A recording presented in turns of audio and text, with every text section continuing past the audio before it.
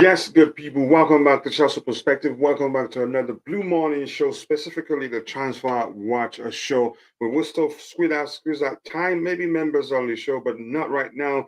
To review the game against Manchester United. Unfortunately, there are all the priority news items that we have to address. Otherwise, it will be a poor morning for us. But more importantly, thank you for finding the time to join the show. I hope you're all doing well.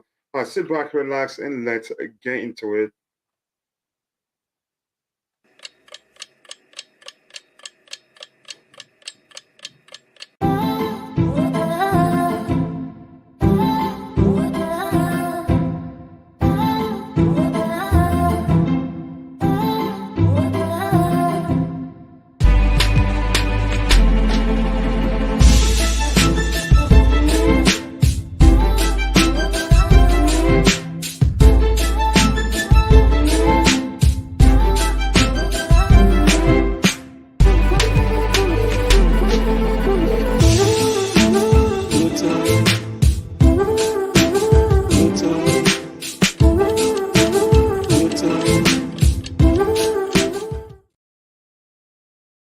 Yes, people, welcome back to Chelsea Perspective. Welcome back to another Transfer Watch show on Chelsea Perspective, or the Blue Money show if you prefer.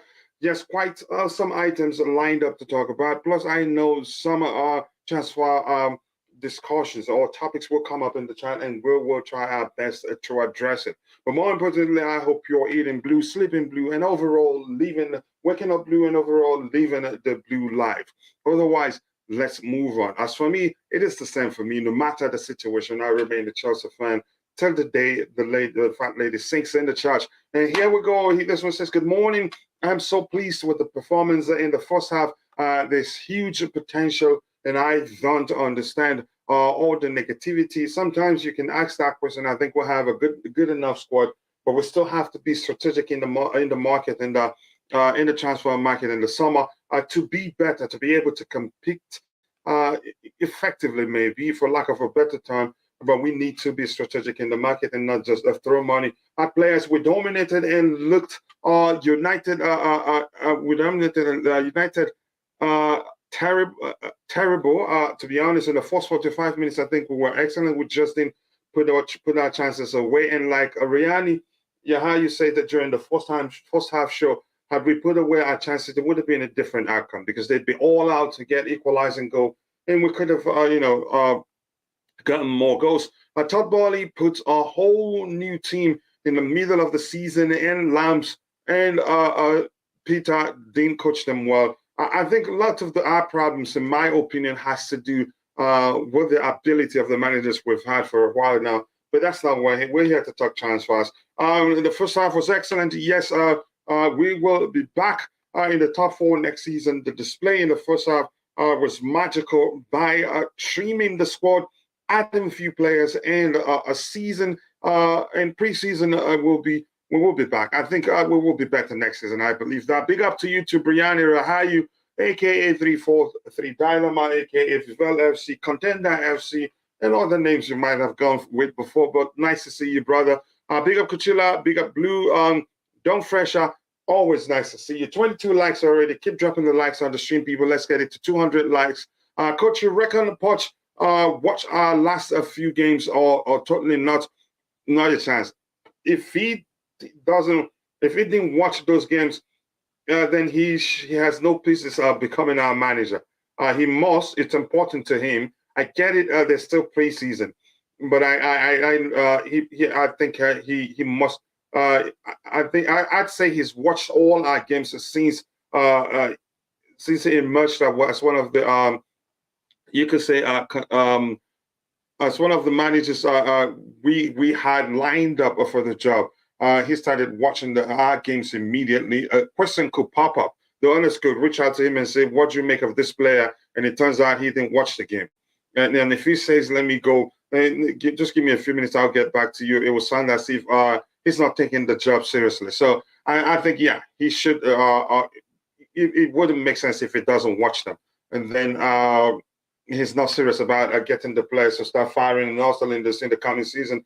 Poch will be at the stadium tomorrow, as reported by Sky Sports. and Matt Law. I think you did say that yesterday, or was it someone else that said it? Coded Web, nice to see you, brother. I hope you're doing well. Feels like the two Manchester games was the crux. You see who's a performer and who's a finish, not Chelsea quality. I think you could argue that, like Manchester United, nothing special about them. They were just the more clinical of the two sides because we had opportunities and we were the first to create better opportunities, but didn't just take our opportunities. But we move on from that game. Big up everyone. Big up to you too, Martin. I hope you're doing well. Please, people, keep dropping the likes on the stream and also do subscribe to the channel if you haven't. Tom Abiodakun, nice to see you, brother. Abiodakun, I hope you're doing well. My Niger, bro, always nice to see you here. Hello to your All Blue family. It's always a blessing to see the next day. Yep, every day above ground, any day above ground, it's a good day. I'm excited about Ugarte's link. I've also been linked with the possibility of signing Ugarte. It's not as simple as it sounds. Paris Saint-Germain are in the mix, and they have Champions League football, and they do pay something extraordinary in terms of wages. But we have a good connection with Jorge Mendes. Isn't that his agent? But I think they do too. But we're really pushing. We're not giving up. If we can get him, fine. And I don't want a situation. I hated to hear see reports in the media that we're looking to get Ugarte, and we'll still have Moises Caicedo as an option. To me, that is a problematic because if Moises Caicedo, if he hears that he's a second option for us, if Arsenal comes calling and they're able to pay the asking price, it join them without wasting time. But I hope it's all just rumors, or maybe if that's the case, we can convince him that it's all just rumors, that we've always prioritized signing him. And some people are saying he's a better option, but we get into that talk today. Great hearing your take on Poch, watching the game and how you tied that up with the owner and job severity. Yeah, I think you could say it's common sense, really. If he's not watching it, then he's not serious, which means he's preparing to fail already. And he has to understand the squad as much as he can. And Coach, do you think fans will boo Lambs tomorrow if we lose again? A booing farewell? I don't see that happening. As bad as it's been as a manager in his second, especially in his second stint, they still respect him. I think they were singing him praises in the last game. The away fans sang him song. They respect him. I get it. It's not his fault that he took the job for the second time. The owners win for him. So even though I hated I hated the fact that they hired him as an interim manager, my thoughts are, I was thinking they were going to go for Luis Enrique, and who I believe, again, we heard later, he was eager to take the job and face Real Madrid because he believed he could beat them. And he knows them that much that he believes he could beat them even with a depleted squad as ours, or maybe not so balanced a squad as ours. Then they went for Frank. I didn't like it. I respect him as a Chelsea legend. He was an excellent footballer for us. But as a manager, I've seen enough to say he's not maybe, let me just put it this way, he's not ready yet to become a Chelsea coach. But if I say how I really do feel with regards to Frank Lampard being a manager, you're not going to like it. And I'm not into, speaking in that manner because of who I am. The Zombie Fanatic, always nice to see you. I hope you're doing well. Constantin Dante, I'd ask you for your ID if you come in and do not call me Chip Chiller. Then maybe somebody have hacked your account and is just using your name. Keep dropping the likes on the stream, people. We're 25 likes. Remember, we're going for 200 likes today, so we should be at 100 already. Yep, and it's only possible if you feel like we can do that. I don't like the fact that Chelsea is selling Mount. If he wants to leave, no problem. He has lots of potential. Or all the big clubs notice that the big clubs cannot wait for him to wear their jersey. No matter how you see it, of which the way you, no matter how you see it, first thing you have to bear at the back of your mind is this. negotiations are involved, and which means both parties, the Mount camp, the club's hierarchy, will be seeking an outcome that favors them. So yeah, if it ends up not happening that he stays, have you ever considered there's a chance Mount have decided long time ago that he wants to leave Chelsea? He no longer wants to stay at Chelsea, but there's no way to tell. So which is why it doesn't make sense to say you blame the owners for it. Do you want the owners to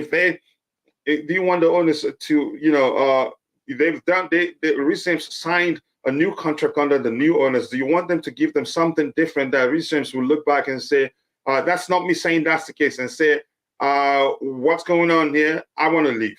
You don't want that. So there are so many ways to look at it, and if you're objective enough, you should tell yourself the truth and say, if it doesn't work, it doesn't work. He moves on. But more importantly, remember, if that ends up being the case, there's a chance Mount is the one that has made up his mind. He's going to leave Chelsea. He doesn't want to stay. So it's not okay to just come out and start blaming the owners if he ends up leaving. And like I've said, do I think he's the worst player at Chelsea? No. Do I think he's the best? No. If the club wants to keep him, fine. If they don't feel like he doesn't fit in the project, or maybe they cannot offer him what he's asking, then yeah, it ends there. And it's as simple as that. There's a negotiation involved, first of all. I hope we can wrap it up with Ugarte. That guy is a real angel. Hope the deal happens.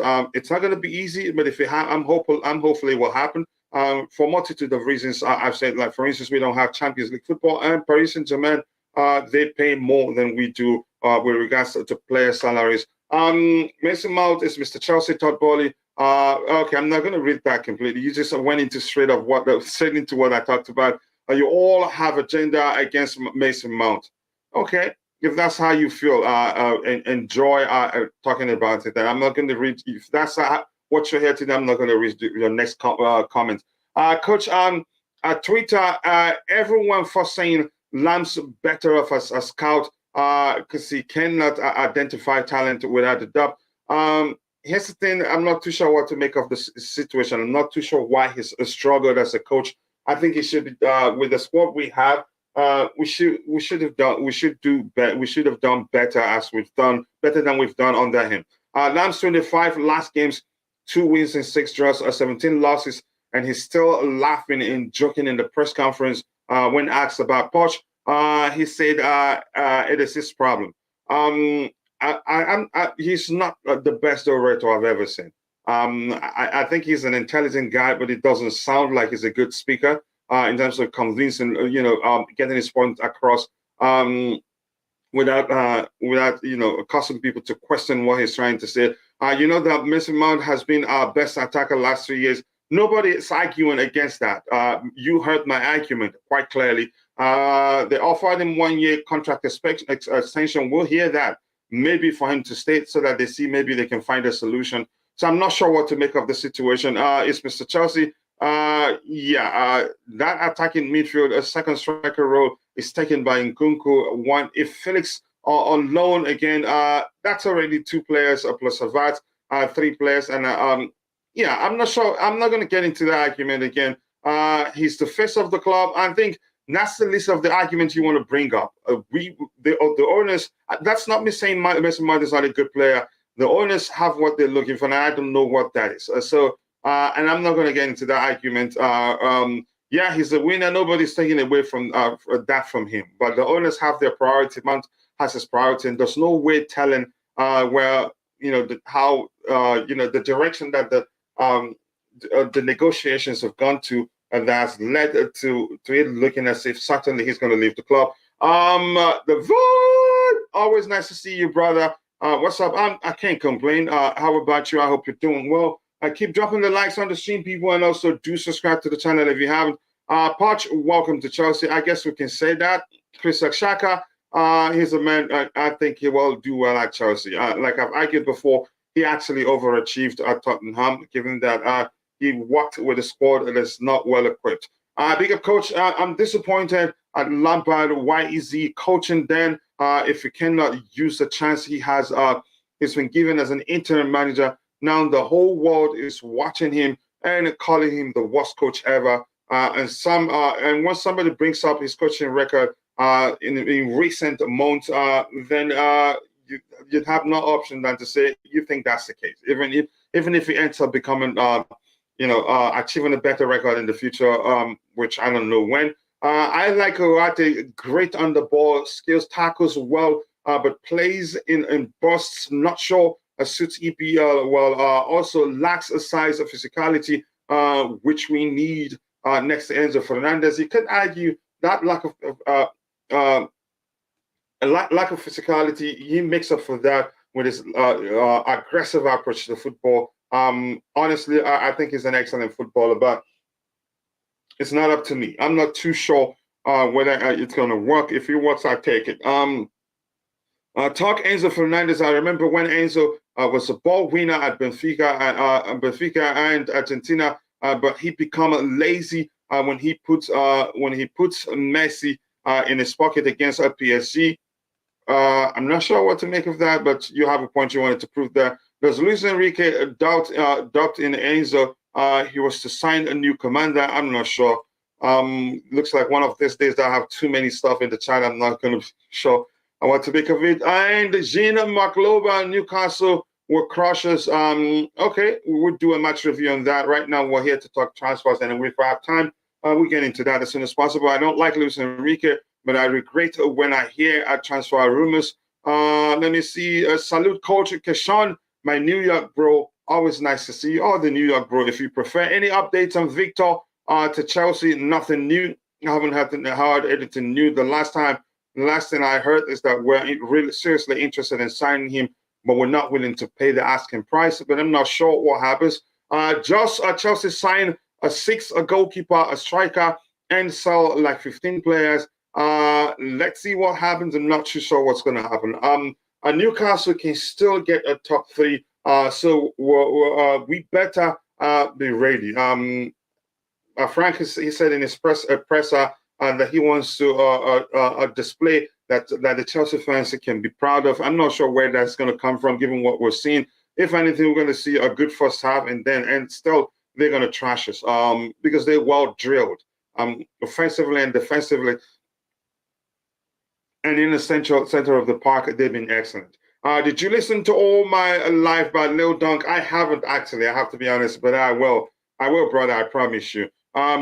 Big up saying hello. 4-2-3-1 with Enzo Fernandez and Ugarte is not good. It's going to be a long distance between Ugarte and the offensive midfield. I don't prefer that formation. If you understand, I truly do understand what you mean, but it's up to him to figure it out. Maybe he'd sign players that will help him balance things out and still go with a 4-2-3-1 and be all right with that, if that makes sense. Let's see. Ugarte needs to play in the right center midfield in the first place of build up, and let Enzo in the middle. We need a midfielder like Bellingham. Unfortunately, we're not going to get Bellingham. Poch will be using 4-2-3-1. We've had that argument before.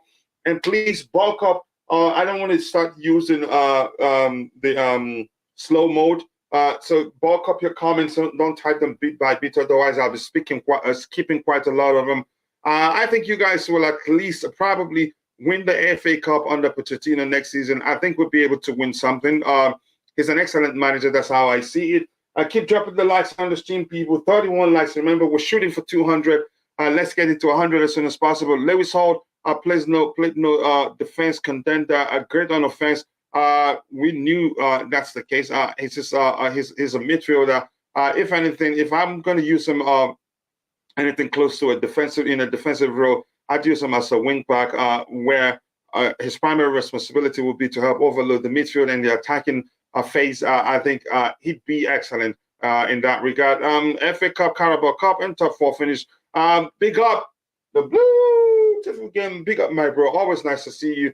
I see Lampard is blaming the players again and saying he cannot get through to them and accusing them of missing the team bus because they are at home having a nap. It's absolute nonsense. And what I didn't like the most is him saying also something to the effect of they're not serious in training. You're the one to get them to be serious. if that makes sense. Frank needs to be sacked for a second time. Unfortunately, with one game left, it wouldn't make any sort of sense. Thank you so much. I appreciate the fact that you love him, brother. I appreciate that. Thank you so much. Yeah, but once the counter-attack came, he was nowhere to be found. I think we'll talk about that later on. No, right now, we have transfers to deal with, please. Big up Coachella. If we miss Ugarte, we should go for Caicedo. And I hate to hear in the media that Caicedo is on the list, but the second option, which means if we cannot get Ugarte, if we come back to Caicedo, he may decide to go to Arsenal if they prioritize signing him and not us. Mudryk was playing more defense. I'm not sure what to make of that game right now. Mason Mount wants to be untouchable in everything at Chelsea. He's afraid Nkunku is joining, and we are considering having Felix on a permanent also. He doesn't want competition in the team. I mean, it's a solid argument to bring up, but there's no way to tell that's the case, really. But I get your point quite clearly. Poch will be using for, we've talked about that 1,000 times. Havertz just showing us why he's worthless and not jumping against. Please, I do not want to talk about that game right now. We'll get maybe after we get the transfer items we have lined up. But a good point there. It says Hall can go on loan next season. It's a serious risk. If we try to send him on loan, except if he still have a long, lengthy period left on his contract, he'd plan to leave because he's a quality player. And we cannot have all, we have to mix it up, if that makes sense. Let's see, what else do we have here? A question, would you take Ferran Torres instead of throwing big and crazy money on new strikers? I like Ferran Torres, no matter on Barca and Xavi. I think he's a good player, but it's not up to me to decide. I like him. It's not up to me to decide, but I'd take him if I was the coach. Let me just put it that way. But good one. I think there's another player leaving on a free. What was that Eugene mentioned the other day would be a free agent? Coach Frank has returned to Chelsea to see the same players he threw under the bus the first time around, the Nance fraud. Here's the thing, I'm not sure. I think the second stint actually worse than the first. It doesn't look like he's learned anything. Lambskin go and coach Sports. They won't even give him the opportunity. Sorry. No to Torres from you. I think he's a good player. If the manager wants him, fine. All does not suit Poch and wouldn't get games. Hardly. You're taking Hall doesn't suit Mauricio Pochettino's approach. How do you know that? But let's see what happens there. It's not up to us to decide. Chelsea need to look at Premier League proven players. We bought a lot of players from other leagues, and look what happened. Chelsea need a season. Chelsea need next season. Don't need players to adapt to the Premier League. Here's the thing. Let me ask you this: how many of Manchester City players would you argue they signed because they're Premier League players? It's just making sure you get the right profile. And just making sure signing players that will help you sort out the issues you already have on this in the squad, and not just throw money at players, to just buy players for the sake of it, if that makes sense. But we move on from that. Frank to China. Let's go. I think he may well get an opportunity there, but I'm not sure what Premier League club is specifically that's going to give him a job. Yes, I've been saying we need Kifram all the time, and I think it's been Rahayi who's been mentioning Gift Orban. Orban, I've taken my time to look at him. I think he's an excellent player. Yep, but you've spoken also about Kifram. I haven't done my research on him. Even same with what's the other player you mentioned, the Atalanta player? Selry James Mbanju, Gethiel Hernandez, and Ashraf Hakimi. Ashraf Hakimi isn't going to be leaving PSG anytime soon. Great two players who will help us also extend our fan base. So it makes business sense also. Let's see. You cannot play Hall in a back four, coach. He's not a left back. No, I agree with you on that. I'd rather play him in the wing back position or in the midfield. I think there's a good player in him. In double pivots, Chelsea need better than Ugarte. Chelsea need players who's better on the ball, also with better passing range. Okay. Getting Ugarte and Caicedo in the midfield would solidify our midfield for years, but do I think we'd get them both? I'd say no. And it says, no, not me. And correct. Okay, yeah. Taremi Murphy. Yeah, I haven't researched him. Well, yeah. Thank you for correcting me. Good thing you were listening. Ashraf Hakimi. Okay. I'm not going to read that. So let's get into taking the items one by one. The first item here, Kendry Paez, the young. I think he's is he where's it from? The same. I think the same country as what's the former PSG striker? Edison Cavani. What's his country again? Oh my goodness. What am I king? This is serious brain fat here. But the young player who recently joined Chelsea, he's the youngest player ever to score in an under-20 competition. How old is he actually right now? Ecuador, yeah, I think, yeah, he's Ecuadorian. Yep. Sorry to not to to have forgotten that. It's where's Cavani from? Is it Ecuador? Actually, no. Why am I mixing things up here? That's what happens when you have quite a lot to do at the same time. Cavani is Uruguay. Thank you. Not the same country. He's Ecuadorian. He's a fine player, really. Hopefully, we find him a good loan where he can stay and develop. And does he join us immediately? I don't think that's the case. I think he joins us later. Not right now. But yeah, let's see what we have here. 4-3-3 need to be our formation, but I doubt Poch would do that. It's set if he's forced to do so. If he doesn't have the correct profile of players to go with a 4-2-3-1 structure. Ecuador, thank you so much for correcting that, people. I appreciate you all. We need a good player base to extend fan base. That's how things work. See Enzo Hype. If they want him, let's see what happens. But I'm not too sure. Like I said, nobody's too sure of what structure that Pochettino will use predominantly. The whole thing comes down to the players he has available to him. We need, I've read that one. Also, Cavani is Uruguayan. Yeah, thank you. Yeah, I was just mixing things up. But thank you for correcting that. Hola, coach. Care to share the link, please? Did I waste too much time? I just intentionally teased you guys to see how serious you are to join today. But big up to you, Roger. Much love. I'm just kidding anyway. He's just 16. So yeah, that's why they're saying he's the youngest ever scorer in the under 20 club, FIFA under 20 cup competition. Congratulations to him. We knew he's such a talent before we went for him. But how soon is he going to mature to become part of the first team? I think you say at least 3 years from now. Hopefully we'll find him a good team, but where he can stay on loan and develop. Or is he going to join the youth team? I'm not too sure. One of my friends just made the Guyanese national team. Really? There are so many countries in the world. Sometimes you don't remember that some of them exist until you hear somebody talk about them. Congratulations to that, your friend. By the way, players will need to adapt to 4-2-3-1. Here's the thing.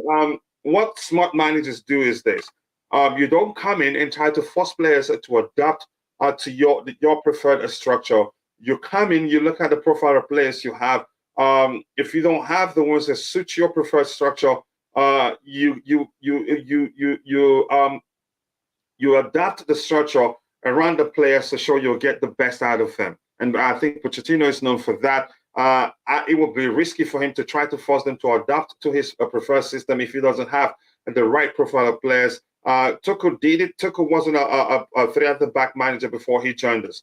Correct me if I'm wrong, but he had to do that because he realized the players we had at the point were all predominantly they excelled in a three-at-the-back approach. If that makes sense. But that's, by the way, we move on from that. Richard, I don't know. Big up to you. You have anything to say with regards to Kendry Paez being the youngest scorer ever in the under-20 World Cup? Yeah, that's pretty impressive, isn't it? It is. He's just 16, they say, right?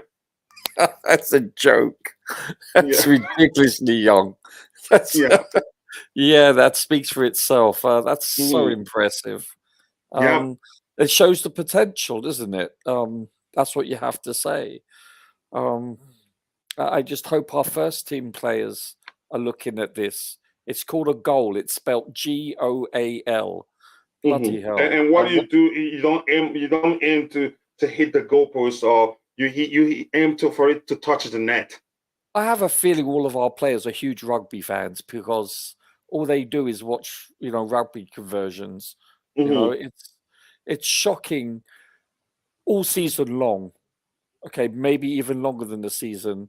The inability to even test the keeper, especially aerially, let alone, it's just perplexing. These and it's psychological because apparently under Potter and Lampard, they all say that they're clinical in practice. So what does that tell you? It's a confidence issue. It's very much confidence issue, psychological. They're not able to duplicate that in real time speed. However the circumstance, it's if you look at what was it? De Zerbi with Brighton when they qualified for Europa. If you look at the dressing room, the camaraderie that he has instilled, the unity. He said in an interview on Sky, it's not all about the ability, and then he pumped his chest, meaning his heart. It's about the heart. It's about the desire to succeed. Yeah, very much so. And I think, listen, we have a lot of young players, and what have we all been saying all season long? There's one thing that is noticeable compared to the last 10 to 20 years with this team. There is a lack of leadership around the park. It's that simple. So you have impressionable players, young, you have an over-bloated squad, and confidence levels at all-time low.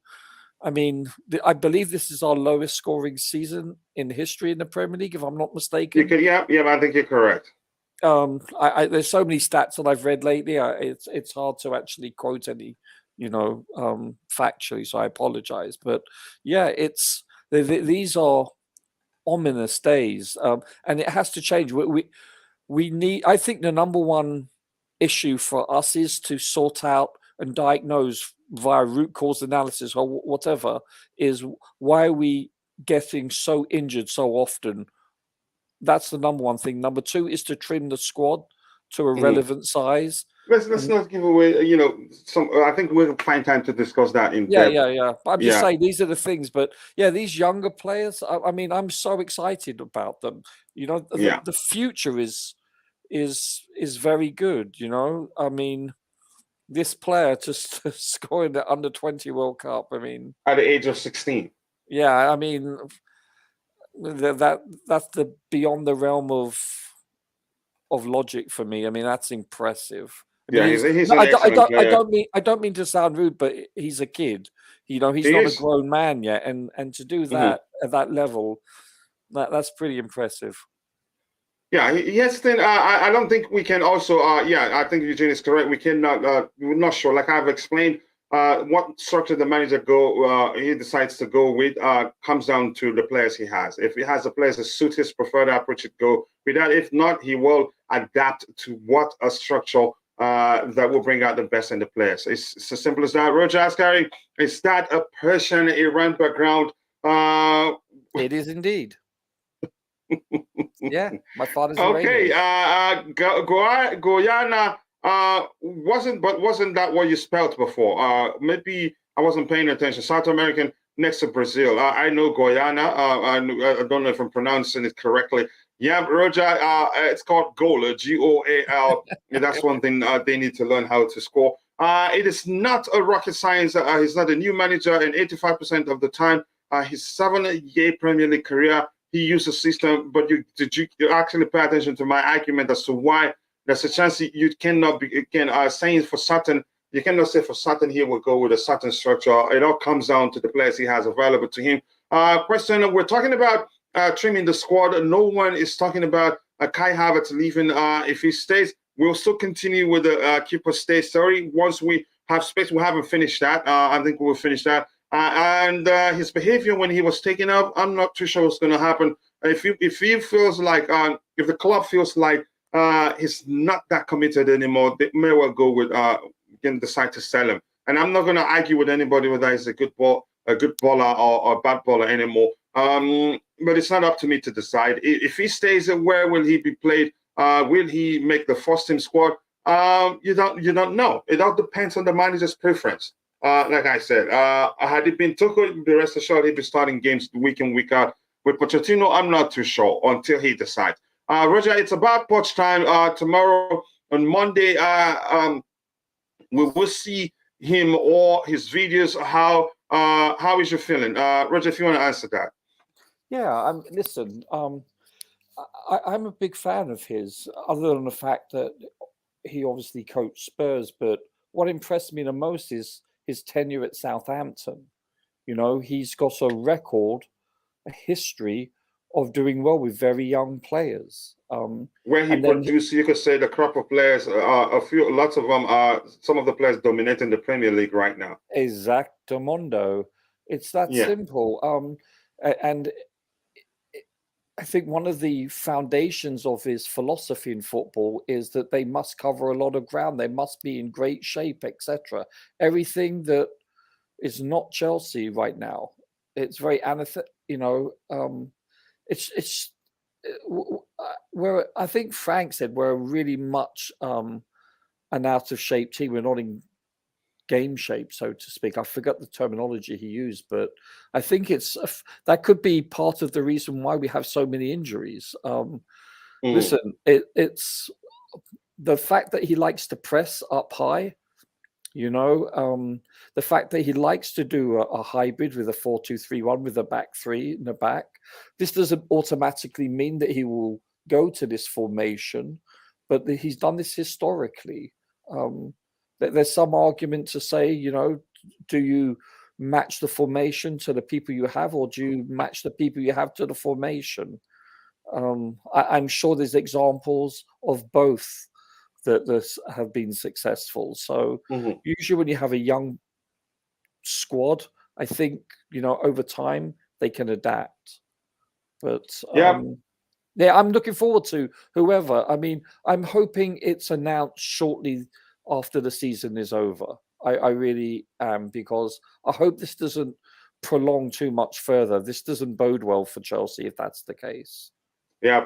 Yeah, and if you're watching, keep dropping the likes. If you're a moderator, keep reminding people to keep liking the stream so that I'll talk less about that and concentrate on hosting the show. Roger, it's about Poch time. I've read that one. Says I don't think, Roger, you don't really have to respond to Keshan here. He's looking for a fight with you. When will you actually? Yeah. No, see, listen. What is he? He's under 24. He's 23 and so many months, 10 months or something. He's years away from reaching his peak. You know, he's got a 4 to 6 year window to be the top of his game. You need to. But the truth remains that we're not too sure what the club are going to do with him.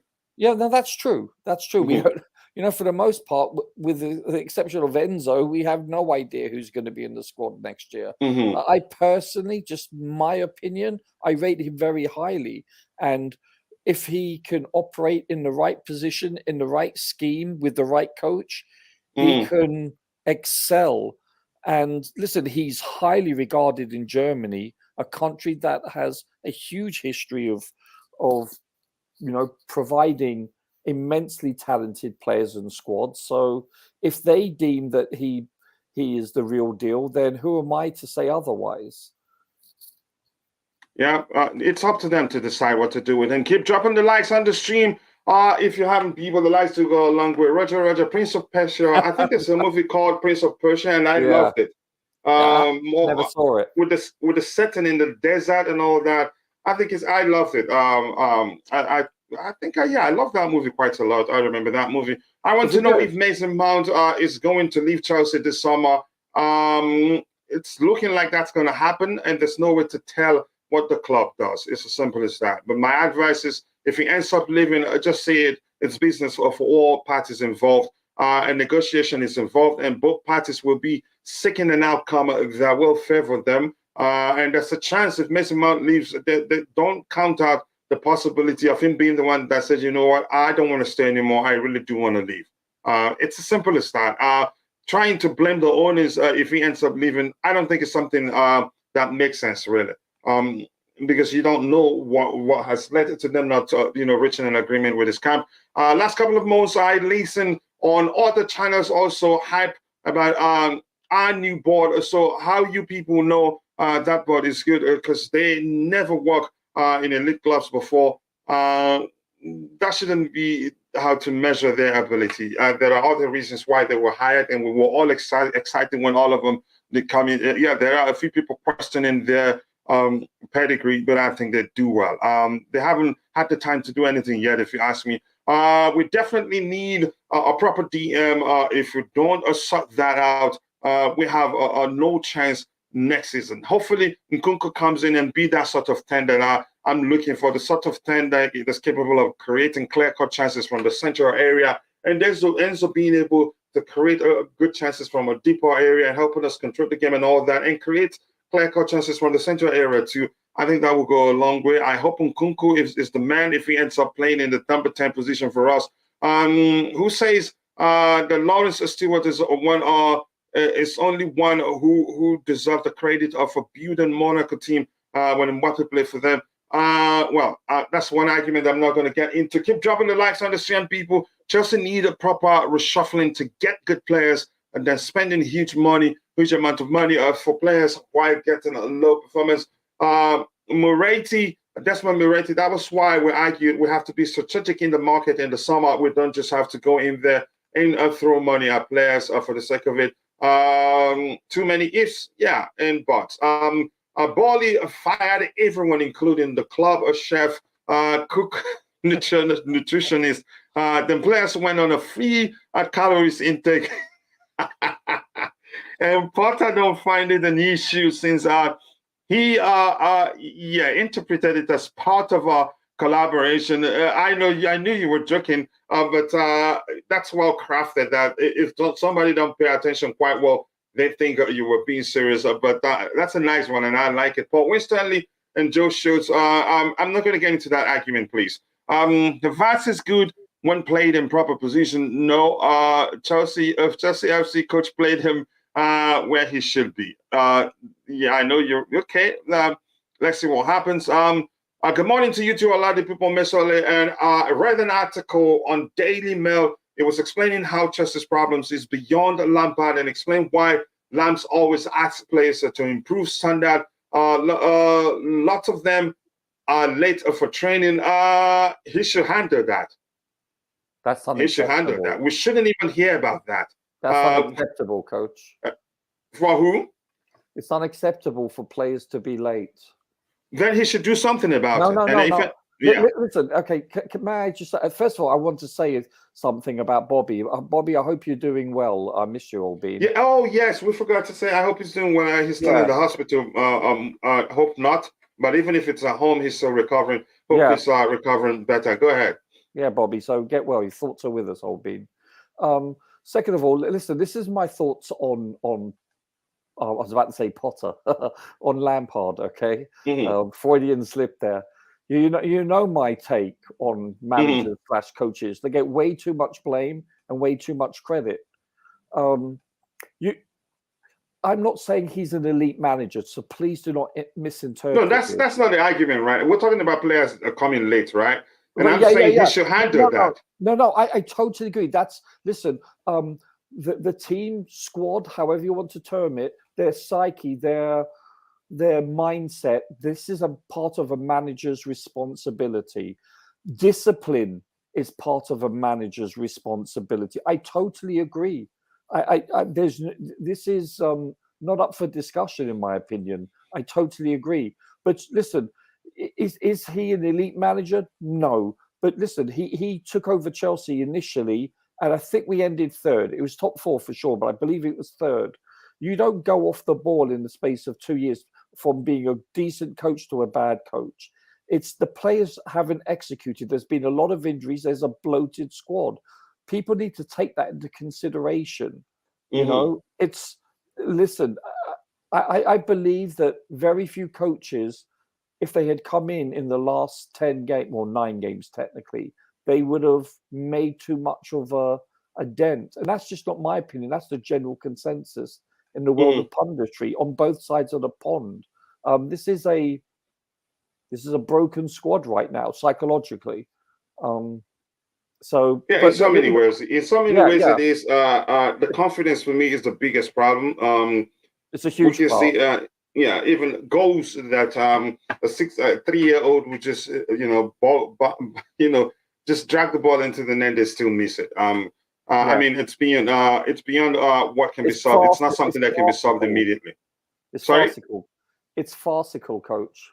Yeah, it is. It is. I want to know if Chelsea has signed Ugarte from Sporting CP. It hasn't happened yet, but some are saying that he's actually close to joining Chelsea. Keshan, he is a second striker behind the striker, makes run into the box.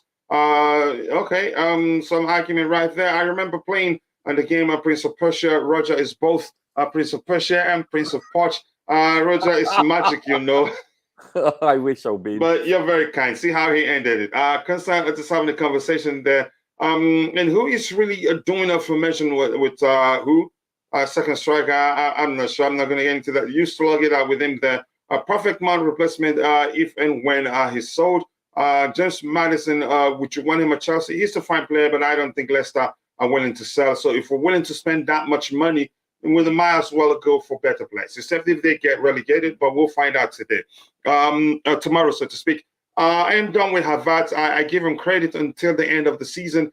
After Dortmund game, I'm done, defending him too, but I'm just going to wait to see what the club decides to do with him. I want to know if AC Milan completed the signing of Loftus-Cheek. You did come. You're here with lots of questions. Usmani, Tolo, Kamara. Not yet. Not yet, but we'll see what happens. Kai Havertz is a good player, but he's playing in the wrong position. Okay, you slug it out there. They will murder you in the chat.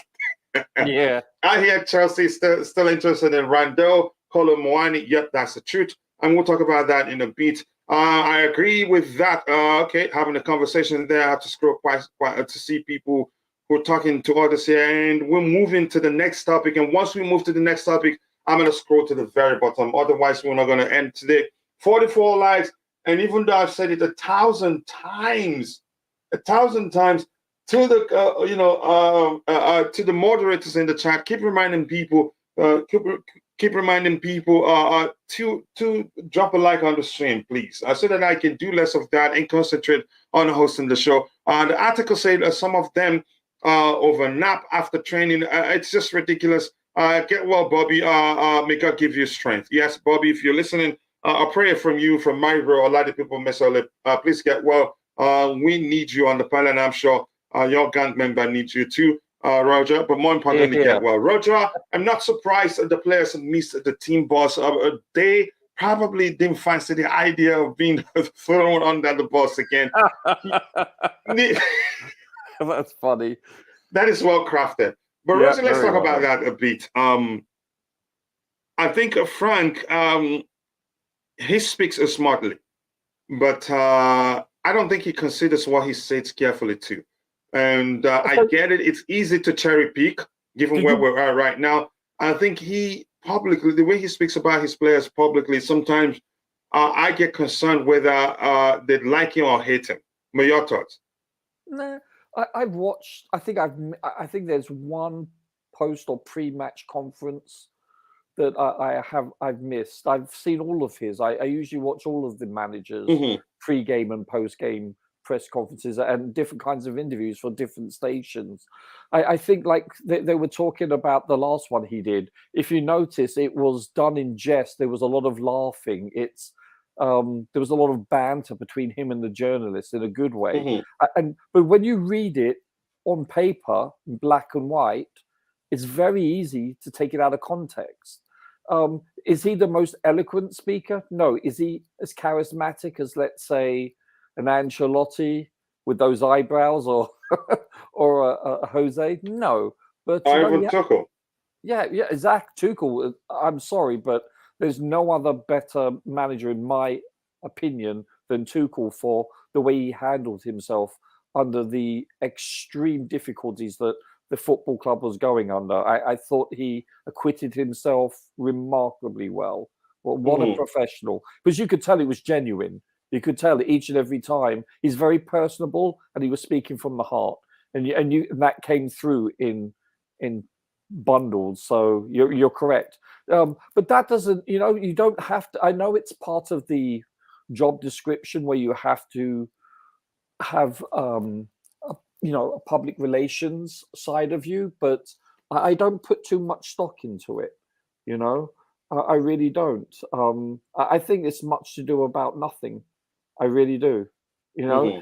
I have a problem when I see coaches / managers. You know what I'm saying? Where they're very disrespectful to the press or to players or on the sidelines, etc. When they're bombastic, when they're rude, I have a problem with those kinds of incidents. But the way, if a person like a Potter or Frank conduct themselves, I don't have a problem with that at all. That's just my opinion, which doesn't amount to a mountain of beans, So what the hell? Mm-hmm. Yeah. Why not look at a left-footed midfielder as well, like Rabiot? I think Rabiot looks like a player. Adrian Rabiot looks like a player that will struggle in the Premier League, but that's not up to me. If the manager wants him, fine. Remember how good Nemanja Matic was for us, but he's a more physical of the two. You could say more. More, should I say, built for the Premier League than Adrian Rabiot is. I didn't know that EPL is that scary league like English media present. You didn't know? Okay, maybe you've learned. Let's see what we have here. What else do we have? Coach, are you watching Championship playoffs today? What time is the game, actually? I think I should. We don't have too many Premier League games. No Premier League game today, actually. No, it's all the last game is all at the same time tomorrow, sir. So what time is the championship game? The playoffs. I'd have to look it up. I'm not sure. So maybe something for the other the sister channel. Chelsea women play today, don't they? No, I don't see anything. I don't see anything. But I'm not sure. Newcastle are close to getting Maddison in January. Wow, in January? You mean in the summer? Tucker Gabriel Vega, would you take him personally? I will get him. He's not a player I know. Vega, maybe his name's maybe it's a player I know, but maybe not too sure with his name. Zubimendi, Ugarte, we were linked with a move for Zubimendi in the summer or in January, but we end up not doing that. Ugarte, and that's how I see first phase of build up. If we cannot sign players similar to Bellingham, who do you name any similar player to Bellingham? Bellingham will most likely join Real Madrid. Santos, Enzo, Ugarte, maybe. I think the club they did all they can to get him a work permit, which I'm not too sure whether it was for the reason of sending him out on loan or maybe to keep him. I'm not too sure. But we'll find out what the club, what they do with each of the players we have. Anyone watching Bundesliga tonight? If there's a good game tonight in the Bundesliga today, I'm checking. I'll find out. Where is it? Any Bundesliga game here? And let me do that later. Let's see what else we have. It says just checked on football stats. Poch use of 4-3-3 73% of the time, 3-5-2 16% of the time, 4-2-3-1 11% with PSG. So he changed at PSG, and which may well come down to the fact that he has to adapt to the players he has available to him, and not force players to adapt to his preferred structure. So I've said that before. If you try to force players to adapt to your preferred approach, if they're not the suitable profile of players, you're creating problems for yourself, if that makes sense. So if he comes to Chelsea, everything comes down to the players he has. Because it's Ashley Cole, Lampard's assistant to Chelsea currently. I think he is. It's one of the coaching staff. I've been seeing him, and I wonder why he cannot even offer Lampard more ideas. Lampard is the boss. Even if he's his assistant coach, Lampard has the final say. I get it, even though the assistants, their assistants do have say when they meet and discuss how to approach a game. But the manager, that's why you see them having conversations on the touchline. But the manager will say, I don't think that. You will say, I don't think that's the correct decision, or I think that's a bad decision. Or I don't. He just say, I just want to do this. If Dortmund wins today, Tuchel will end with no silverware with Bayern. Do I blame him? Nope. He joined them not even mid-season. The season practically round up, and I know a lot of people would just take that to hammer him. But he's a human being. But I'm not going to get into that argument. Yeah. Do you think Bayern Munich made a mistake firing Nagelsmann? I would have done the same thing I wanted Chelsea to do. Let Nagelsmann finish the season. Yeah. And I don't know whether Tuchel went in there and tried to change things around, or whether it could have happened. There's no way to tell whether Nagelsmann could have won all 3 trophies had he stayed. Exactly. Yeah. There's no way to tell. Yeah. You will never know. Are we getting Nkunku because he will make a great impact with Felix and Havertz? Nkunku, Barrientos, Addison Barrientos, I think he's put pen to paper. He joined us in June, July. I'm not sure what month. Gabri is a Spanish Bellingham. Okay, you have good eyes for talent, but I don't know him. I'll check him out. Let me see the name again. Hopefully, I don't forget. Gavi is amazing for Barcelona. He's bloody good, coach. This is not Gavi. He's talking about Gabri Viega. Oh, I'm sorry. I apologize. Yeah. I heard Gavi. Sorry, I'm like, yeah, what? No, it's easy because if you don't look at the spelling, it would be easy to mix it up. Yeah. But yeah, I'll look him up. Ashley Cole got Cherry Cole. Terrell Cole in this life. What else can he wish for? Is that his wife? But let's not talk. We go to the extent of talking about people's wife. England have only one good midfielder. Okay, Eugene is at it again today.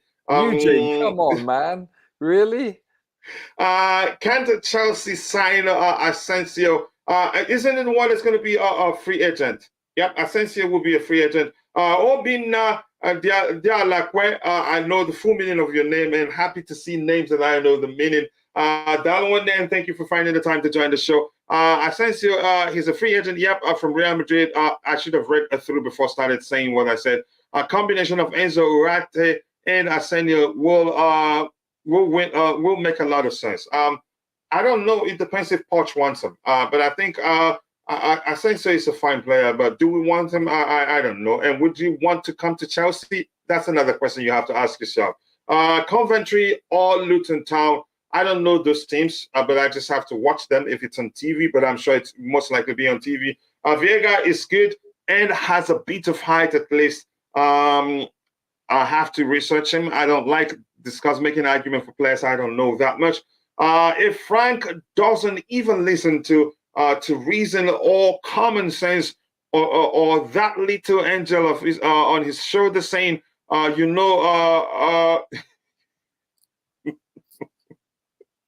he's not going to listen to Ashley Cole. I want to go to heaven, and I'm not going to read everything you wrote there. Smash the like button, people, and also do subscribe to the channel if you haven't. The likes do go a long way. Thank you so much for always dropping the likes on the stream.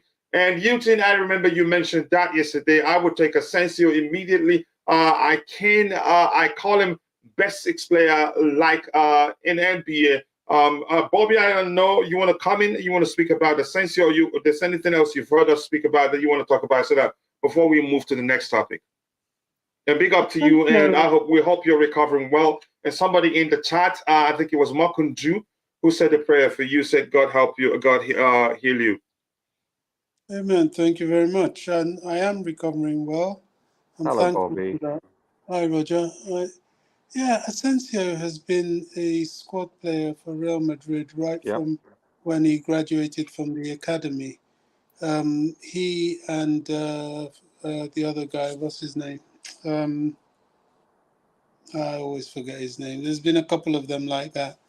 Nobody moans, they don't moan, and they get on with it. He still wants to stay at Real Madrid. It's a matter of if Real Madrid want him. Do we want him? What can he do for us? Is he really of the level we're looking for? Because we're looking for a player that at this point can be sort of exceptional and influence those around him. He's been so used to being a squad player. I'm not sure he's that guy. I don't know. But Bobby, free is always good. Wouldn't you take him on a free? Yeah, free is always good. But, you want something effective on a free. You don't just pick up something because it's free. Ouch. Well, Roger, did you see what Bobby just did to me? Yeah. I've got some old paintings that I give you for free that I painted. you know, Coach, you want them? I don't think so. Oh, Matchstick. ouch. That hurts. Go no, ahead, Bobby. I'm not saying Asensio is a bad player. I think he's a very good No, but player. I understand. The point is, yeah, you get it. Free is good, but you don't go for everything you see because it's free. Yeah, but that But go one I ahead. really, really leave to the expertise of the new manager. Definitely, the midfield is something that has to be taken very, very seriously indeed. Mm-hmm. A lot of teams are going to be overhauling their midfield, and we must not be left behind in that area. I think two midfielders is crucial.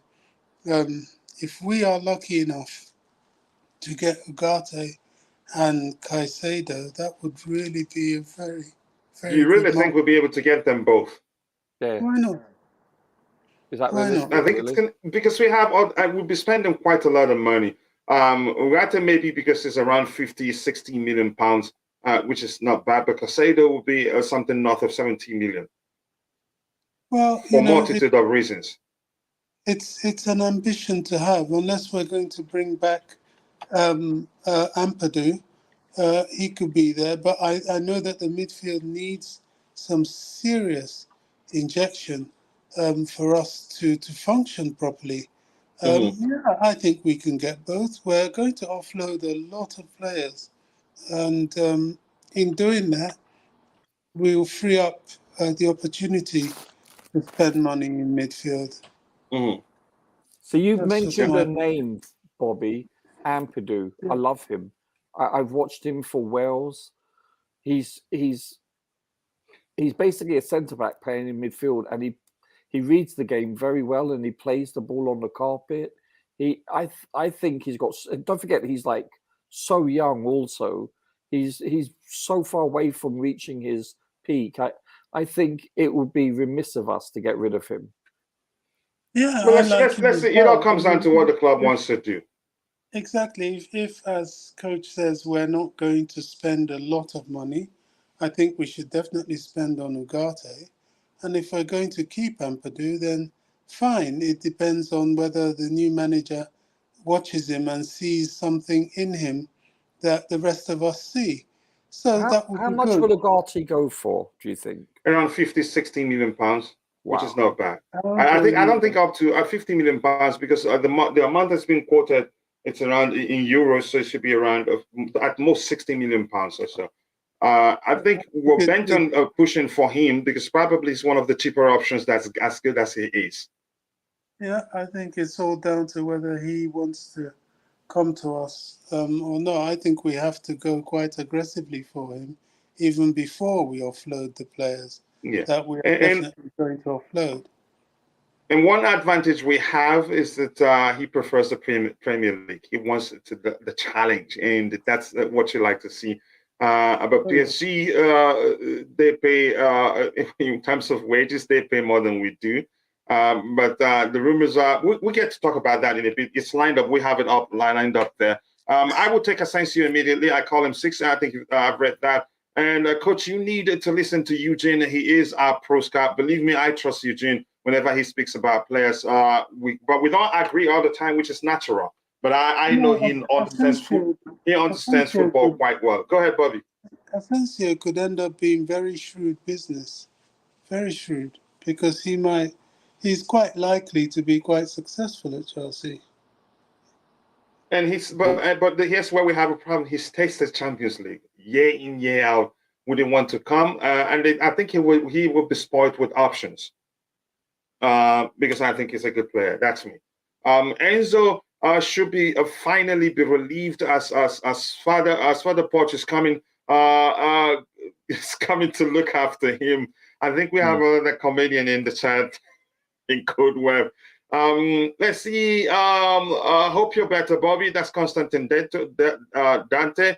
I see something a bit better today. Asensio is not consistent enough, direct enough, or specialized at a certain attacking threat. Wow, that's a strong argument right there. So if the club wants him, that's the only thing that matters. Giovanni Jafta and Kunku is a clinical finisher, but we need someone like One thing, Lukaku to play with him, and Nkunku needs to play as a second striker, which means if that is going to be the case, which means we should still be looking for a 10. Bobby, go ahead. It looks like you wanted to say something. I was just going to say quickly, one thing we must never do is invest in deadwood. So if there are any deficiencies in Asensio, then just leave him alone. Bobby, what did you think of Felix's goal against United? You know, I've been so disgusted with us. I've barely seen that goal. But yeah, he did well. I think he took the ball up and it was more or less a solo effort. Felix is an effective player. He just needs a job at hand.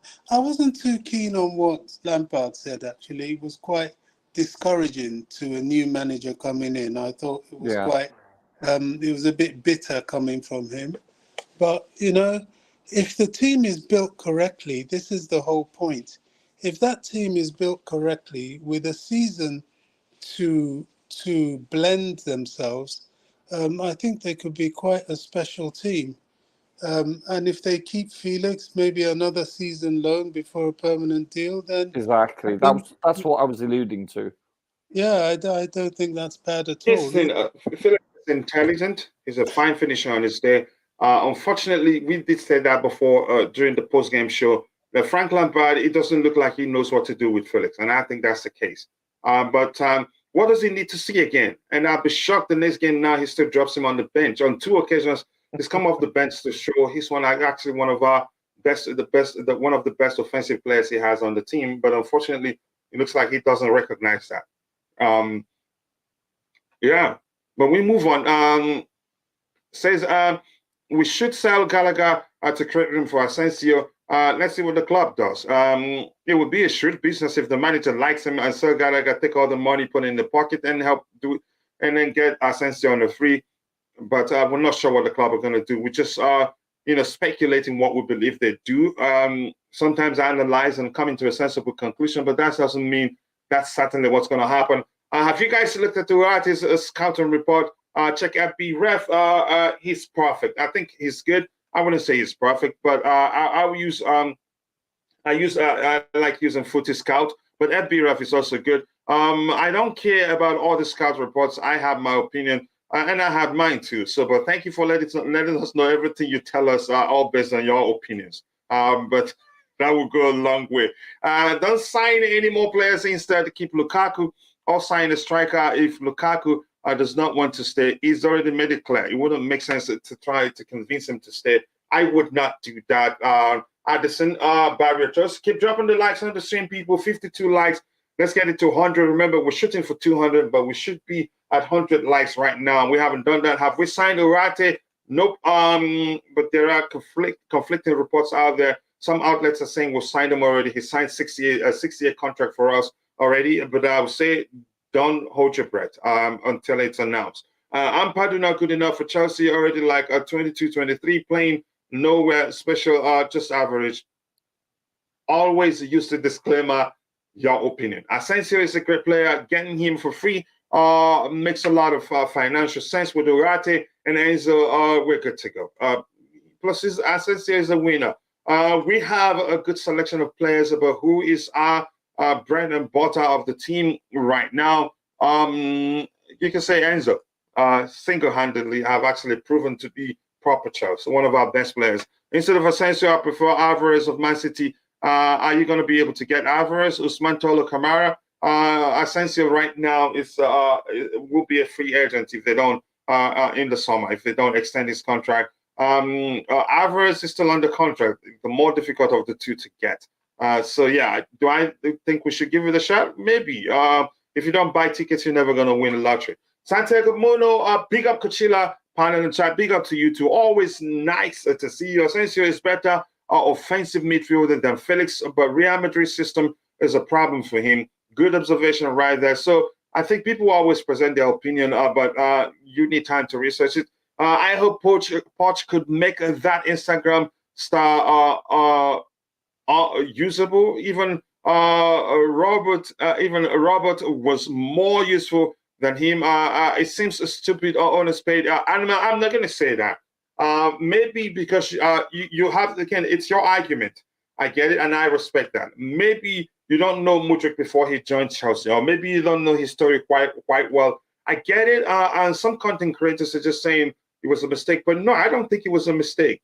He will come good, and I'm sure we've seen flashes of what he's capable of doing.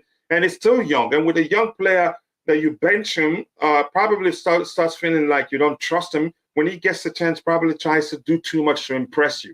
But the good thing is that he's still young. I think he will end up being one of our best players. And if you think that's not going to ever be the case, just remember that at one point, specifically under Frank Lampard, lots of Chelsea players, lots of Chelsea content creators and journalists thought Rudiger, he wasn't good enough for Chelsea. Even pundits were saying that.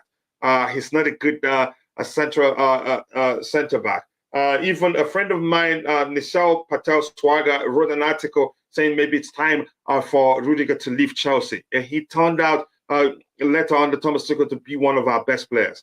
So, and that's why I've always argued how a player plays, how good a player is, and sometimes you could say does come down to the demands of the manager, or the approach of the manager, or how the manager manages his players. I think Mudryk is an excellent signing for us. But you have every right to give up on him if that's how you feel. People forgot Asensio's technical elegance. He's a fine player. I will recommend you guys to watch Asensio's statistics and his work rate at Real Madrid. The guy is good. That's Obina Dialakwe. Thank you for saying that. I think I'd do that too, even though I judge him by eye test alone, saying he's a good player. And I think I'm leaning towards Eugene's argument that his issues at Real Madrid, his issues at Real Madrid may well be down to the current manager's app. That's because Mudryk is marketing signing. Also, that's another way to see it, but I think he's an excellent player and will come good for us. We should keep Gallagher to attract what? No, we don't do that here, please. Be careful. Are we looking at building around Enzo or around the Poch 4-2-3-1? I'm not into the idea of building a team around a single player. If you do that, once that player isn't playing, you'll finish. I need us to point of failure, coach. Sorry? Single point of failure. Yeah, I hope you heard that. Single point of play. You want to elaborate on that, Roger? Yeah, if for instance, it's like if you don't have redundancy in engineering, it's if you just rely on one aspect of an engineering piece and it's not working, then it's what is called a single point of failure. So you need redundancy, and you can convert that logically into football or any sport. If you build a team around a single individual, no matter how good he or she is, if that person is injured or not available, then your team loses identity and structure, etc. You have a single point of failure. Listen, there are players like a Maradona or a Messi, etc., that comes along that are unique, but that's the very, very minute exception to the rule. It's generally never done for obvious reasons. Yeah, I don't think it's a good idea. Tuchel refused to do that. Lots of managers to do, don't do that. And argue however you like. Excellent. I said even Maradona and Messi had excellent players around them. Yeah, Messi with Xavi and Iniesta. Yeah. Maradona with people like Bruce Shaga, Olaji Kacher. These are players that hardly got a mention.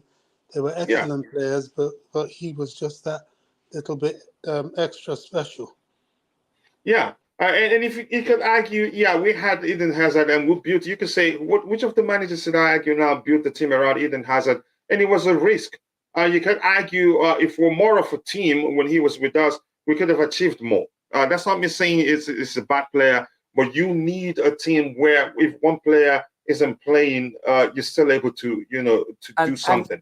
And the big thing around that with Eden Hazard is it was so noticeable when Kante wasn't playing because he basically covered for Eden not tracking back. He was the proverbial two-person player, So it's a team sport. This isn't golf, I know there's a Ryder Cup, or tennis. I know there's doubles, but this is a team sport where the team is reliant on, seriously, it's reliant on everyone in the backroom staff, you know, the physios, everything. It's all dependent. It's a domino effect. If one part is inferior, the dominoes will fall. It's truly a team sport. You can't just rely on one or even two people. Yeah. It takes. If you want individual glory, there's tennis, specifically singles. Yeah, exactly. That's different. That's different. Yeah. Are we looking? Yeah, like we've discussed that, and that's a good something to bring up. Why is Mount wearing the Man U top on your in your disgraceful background? That's a rumor, and we should have him in that shirt. Why we'll talk about him. The rumors are that Manchester United are interested in him. Since, and you don't call it disgraceful because you don't like it. If you don't like it, you don't like it. That's your opinion. Since Chelsea lost as a CDM, is that Matic? We were midfield. Well, our midfield is no longer good, and that's minor Koroma. I thank you for that. I think I was able to fathom what you're trying to say there. Yes, good manager is important for players, but hitting a simple ball is a basic thing in football. You don't need great managers to hit the ball in front of empty goal. That's the truth. It's a different issue altogether. The managers can put the ball in the back of the net for the players. Victor Moses was a good example. It all depends on the coach. That's another thing. Lisera, thank you for saying that. It all depends on the coach. Again, 90% of the factors are affecting the players' performance. In my opinion, you have too many opinions. You have too many opinions. Keep dropping the likes on the same people. 54 likes, 46 more to get it to 100. Let's make it happen, people. Coach Amin Gallagher will be helpful in selling extra shirts and tickets due to his looks. It's a plus. Terrence Tip says Messi would piss in his pants if he played in Maradona era. Whereas Maradona would look like an alien god from another planet in Messi's era. I think that's a good analogy there, because then football, you could actually come onto the pitch with a sledgehammer, and it's called tackle, if you get what I mean. But I think that will not happen because football has changed, and Messi, adapted it to how football is played in his era and become one of the best. And yeah, you can argue that. Don't compare anyone with Messi. Sometimes I am asking, does people have eyes? It's criminal to compare someone to Messi. It depends on who they've been, but people has every right. 3-5-2 would be good for Chelsea if Lukaku end up at Chelsea next season. Two deep lying midfielders, one attacking midfielders, two wingers, two strikers. Reece James can be used as right as centre back. And he actually executes that role well whenever he's given that opportunity. Maradona is okay. You guys should have that conversation. Eugene, I believe, is ready. Haaland is okay. Okay, enjoy yourselves there. I think incoming coach should be very keen in terms of positioning and monitoring. And I think a lot of stuff actually would change is that something we haven't seen a while from our players is they don't make decisive runs. It's just about hold up play. Just in most cases, yeah. Coach, they don't even make runs, let alone decisive runs. I'm just happy with a run. Come on, let's stagnate. Yeah, we don't make runs. Yeah. But yeah, and sometimes you see, what's his name Enzo gets frustrated when we don't make. He has the ball and nobody makes the run, so he ends up passing it sideways. It's just. I think that's one thing you have to blame the manager on. Yes, I agree. He has to drill them to learn to do that. But go ahead with what you're saying. I mentioned this earlier last week. You look when Haaland came on for City, and all I did was watch it. I wasn't watching who had the ball. I was watching what he did off the ball. His runs, you could tell he's a difference maker. Yeah, I know he's been blessed with size and speed, etc. But I'm just talking about the runs he did. The runs. You're talking about who? This nobody called Haaland for City. Oh yeah, the bad player. Yeah, really poor. Can't even. He's so poor he can't even hit the post. We're looking for people that can hit the post, coach. No, but seriously, just watch the game. He's only on for a few minutes, like 15, 20 minutes, whatever it is. And just watch the runs he makes. Yes, I understand he has an unbelievable midfield to feed him the ball. But even when he's not passed to, just look at the runs he makes. They're intelligent. They're dynamic. They're everything that all of our players do not do. He's the antithesis of Chelsea forwards. It's stark. It's night and day, chalk and cheese. And then watch throughout the game. Look at the runs that our forwards make when we have possession. That's the truth. It's a joke. It's so noticeable. It's sad, is what it is. Yeah, and I remember, I think the vibe asked me whether I was going to, okay, yeah, well, we talked about that. I thought Mount was proper Charles. Why would he want to leave? Here's the thing. I don't buy into this argument. I get it. His proper Charles doesn't mean if they offer him something that he feels like he can get more if he goes to some other club, he stays. That's the least of my argument, really. He goes to where he feels like he's going to be valued and paid more. It's business for all parties involved. Forget about the proper Charles thing. That's, to me, actually, that's secondary. He's working. You would always go to an organization that will pay you more and not an organization that will pay you less. If you get my argument right there. Well, depending on the stability, but yes, I agree. Yeah, exactly. So, but first of all, here's the thing: proper Chelsea is secondary. It's work. He's working to eat. Poch loves to have a CCTV cameras on the training ground to see everything better. Sari used drones to see everything better, and with from the air, an area view gives you a more understanding of what's going on. This is the problem with young fans like Eugene. Okay, you slug it out with him. I'm not going to get into with that. I see him excelling and playing well with Enzo. Who you referencing? Let me see. What else do we have here? We're going to switch topic very soon. What are your thoughts on Haaland winning player of the season and young player of the season? I think he deserves it. Yeah, I think he deserves it. If there's anything more, actually, he should actually win it. Yeah, you've got to admit, though, let's say hypothetically he was purchased by Chelsea and he started the same amount of games for Chelsea this year. Mm-hmm. He doesn't get anywhere near the amount of goals that he's scored with City. It's just he wouldn't get the service. He just would not. Yes, he's in. It's a team sport, but when you look at Gundogan and De Bruyne, the way that they've assisted him, everyone, Grealish, Foden, you name it, he's been blessed with a team and a system that he's fitted into like the last piece of a jigsaw puzzle.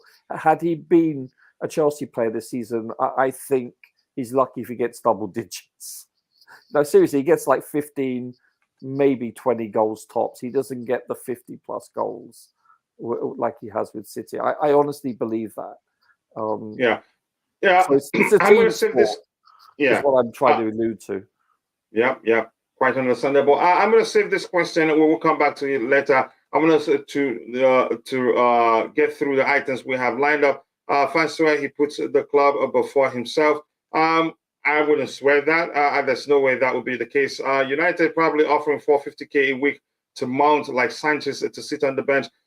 They pay a lot of money at United, so I'm not going to be shocked if they're paying him that much money. They pay quite a lot there. You should go find out how much De Gea earns weekly. I'm not going to get into that.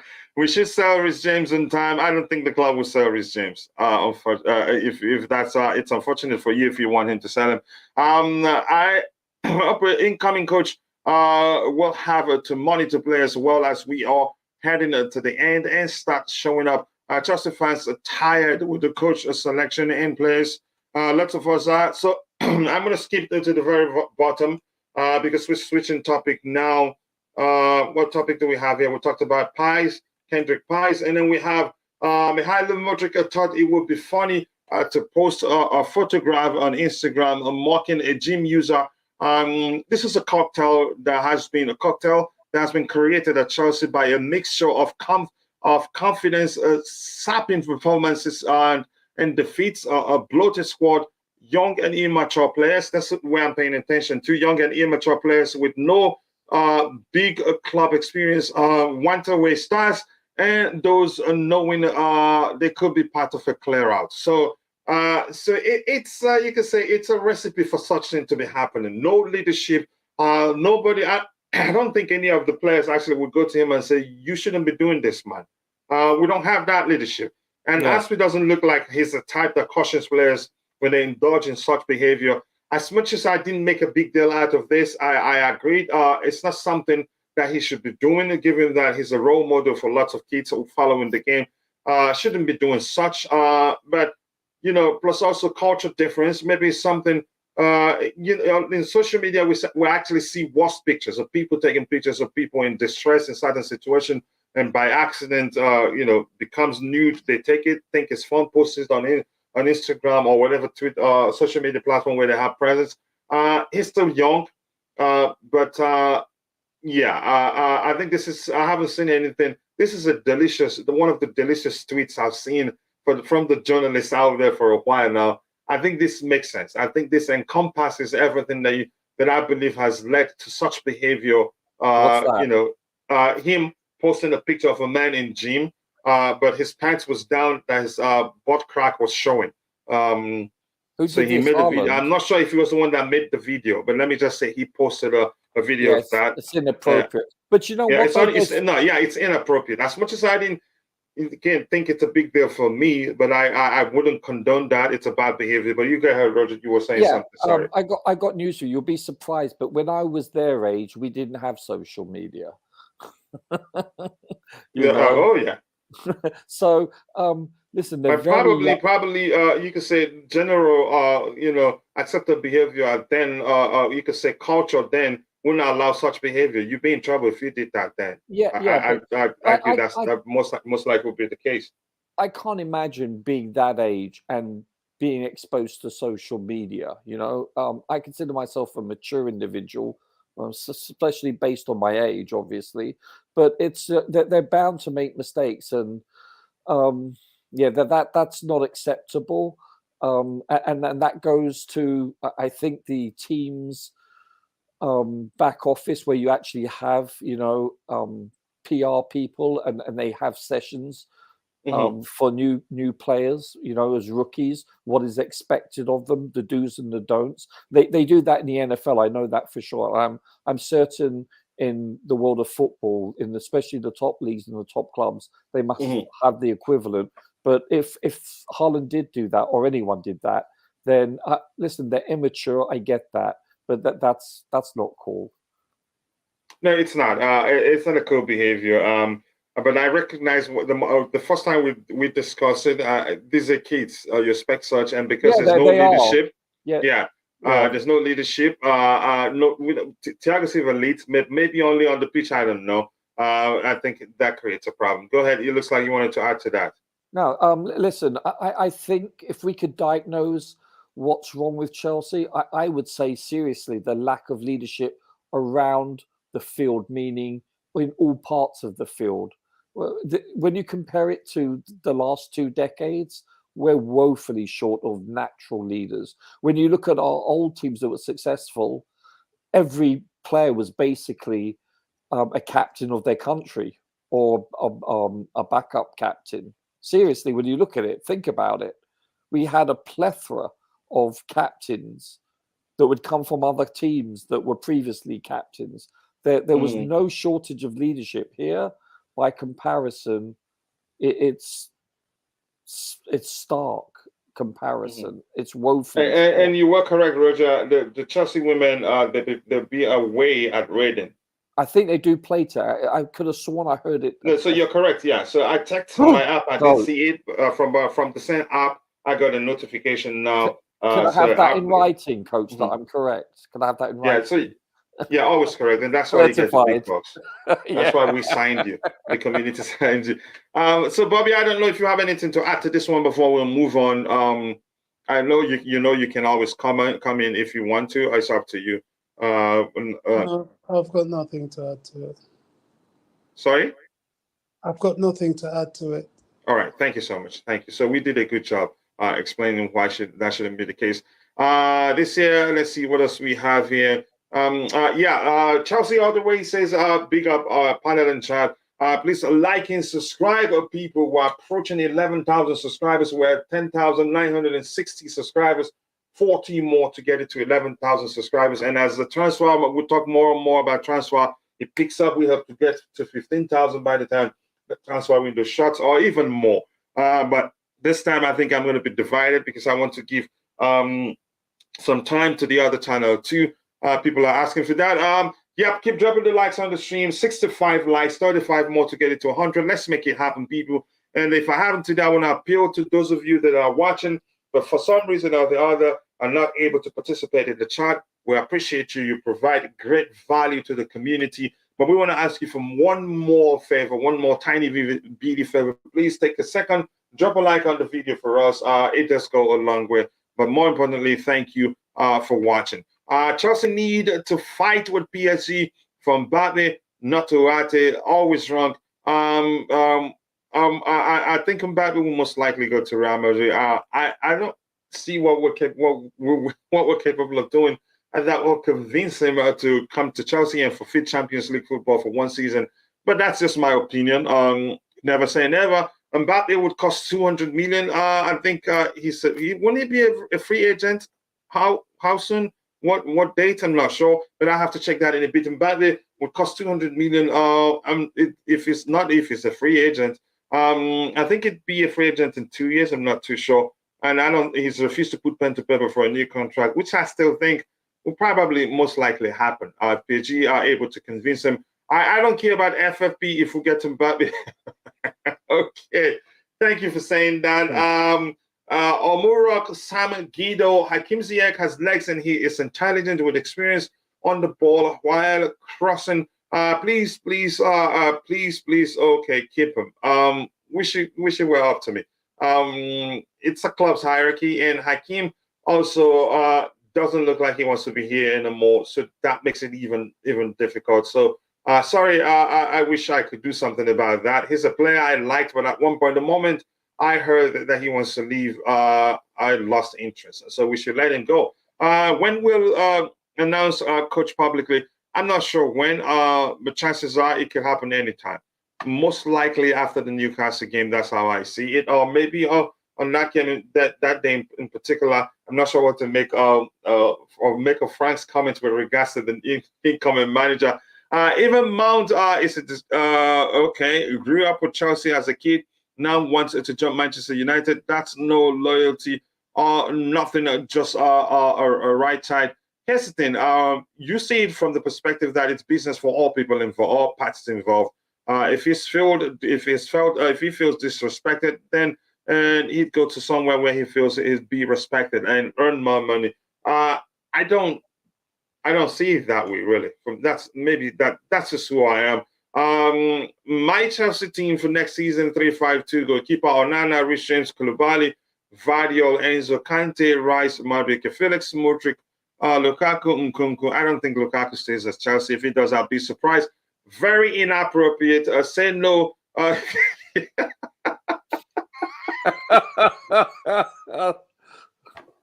Oh. You know where he caught that from, right? Something I said with what Mudryk did in the gym. Mudryk did in the gym. Yeah. And it's all in all caps. I'm just gonna move on. Our last game tomorrow. Shoot, what? I want to hear you, some Guido. Lukaku has already said he does not want to play for Chelsea again. So just sell him. He's a disgrace, and yeah, he's actually cost us 100 million just for nothing. For how many goals? Maybe you need to divide it by how many goals he scored for us and to come to a correct number. Chelsea fans, I think the club down should fight back and get Manuel Ugarte, Caicedo, Emiliano Martinez, and finally get one good striker. First things would turn to normal. Before things turn to normal, I hope so. Honestly, a lot of people mistakenly said, I just hope a Poch can do this job. I think he can. Lampard said he got it because no top coach wanted the job. So first of all, he just called himself, recognized he's not a top coach. So that's good. but Enrique wanted it. Chelsea job is the stink. I commend Poch for coming. I commend him for his confidence, his belief in his ability. Take my words now, Mount won't get played at Manchester United. That's our opinion, but we're not sure what's going to happen. We got too many kids. Why Mudryk? He should concentrate on football. He's performing more on Instagram than on the pitch. What a waste. You can't argue that. That's a solid argument. I keep dropping the likes on the stream, people. 68 likes, 32 more to get it to 100. Let's make that happen. Chelsea sold the leader to Arsenal. That's the aspect I didn't like about selling Jorginho. We could have kept him to the end of the season. I get it. I get their concern was that he was going to leave on the free. And had Jorginho stayed, I don't see him agreeing to put pen to paper. He wanted to leave on the free to get all the sign-on fee. Take Chilwell to Man United and get Phil Hernandez. That's your opinion. Mount is a disgrace to our fans, and to I don't think we have the right to call him a disgrace. It's business for all parties involved. I'm going to keep preaching that. You ask him that question and slug it out with him. Todd Bowley just needs to sell the club. Good luck. He knows nothing about English football, but good luck. At least you agree he knows to some extent, but not English football. Chelsea can win. I think with today's win, I'm not too sure, but I have to follow that too. Unfortunately for us, Louisa, who also covers the women's game, I think she's been busy with some other activities. If Bowley sells now, Chelsea will be in 1 billion debt. Oh, you see that? That's coming from Manoji, who understands the situation quite well. But I don't think he sells. He's not going to sell, really. We're going to switch topic, and I'll scroll to the very bottom. I can't get everything in the chat, unfortunately. Quite a lot, and it's on fire here. Let me see a few people that I haven't read what they have in the chat for a while. What do you say there? Being young doesn't mean you're free to do everything. He's doing could impact the club and himself. He's 21 year old. I think he's 22 now. He knows representing the big club. Chelsea don't need more troubles. I couldn't agree more with you. I think, but I think that would lead to the club having a conversation with him. But because I don't think he ends like that. But you're not going to hear that in public. Only Beckham is poster boy from England. He's still a poster boy till now. There are signs of Enzo Masterclass, the new pass master, but I think we're still better at playing him from deep. We still need a 10 who also is good at creating clear-cut chances. So that with Enzo, I think would be good. We should look for a DM who sits on in front of the back foot and allow Enzo, to be more adventurous. The independence to be more adventurous, but that doesn't mean Enzo should play a 10. I think if you play Enzo in a 10 position, I think he will not be as effective. He's a deep lying playmaker and will be more effective in the defensive area. And hopefully, if any of you, if I forget, please tomorrow remind me. I really want us to do the student giveaway, the Staying School project thing, the second version of it, bro. I didn't say that your client. I know, but still, I don't like reading that because if once I read it, I'm the one saying it. I said Bolly is not the right owner for the club. Ever since he took over, he's ruined everything.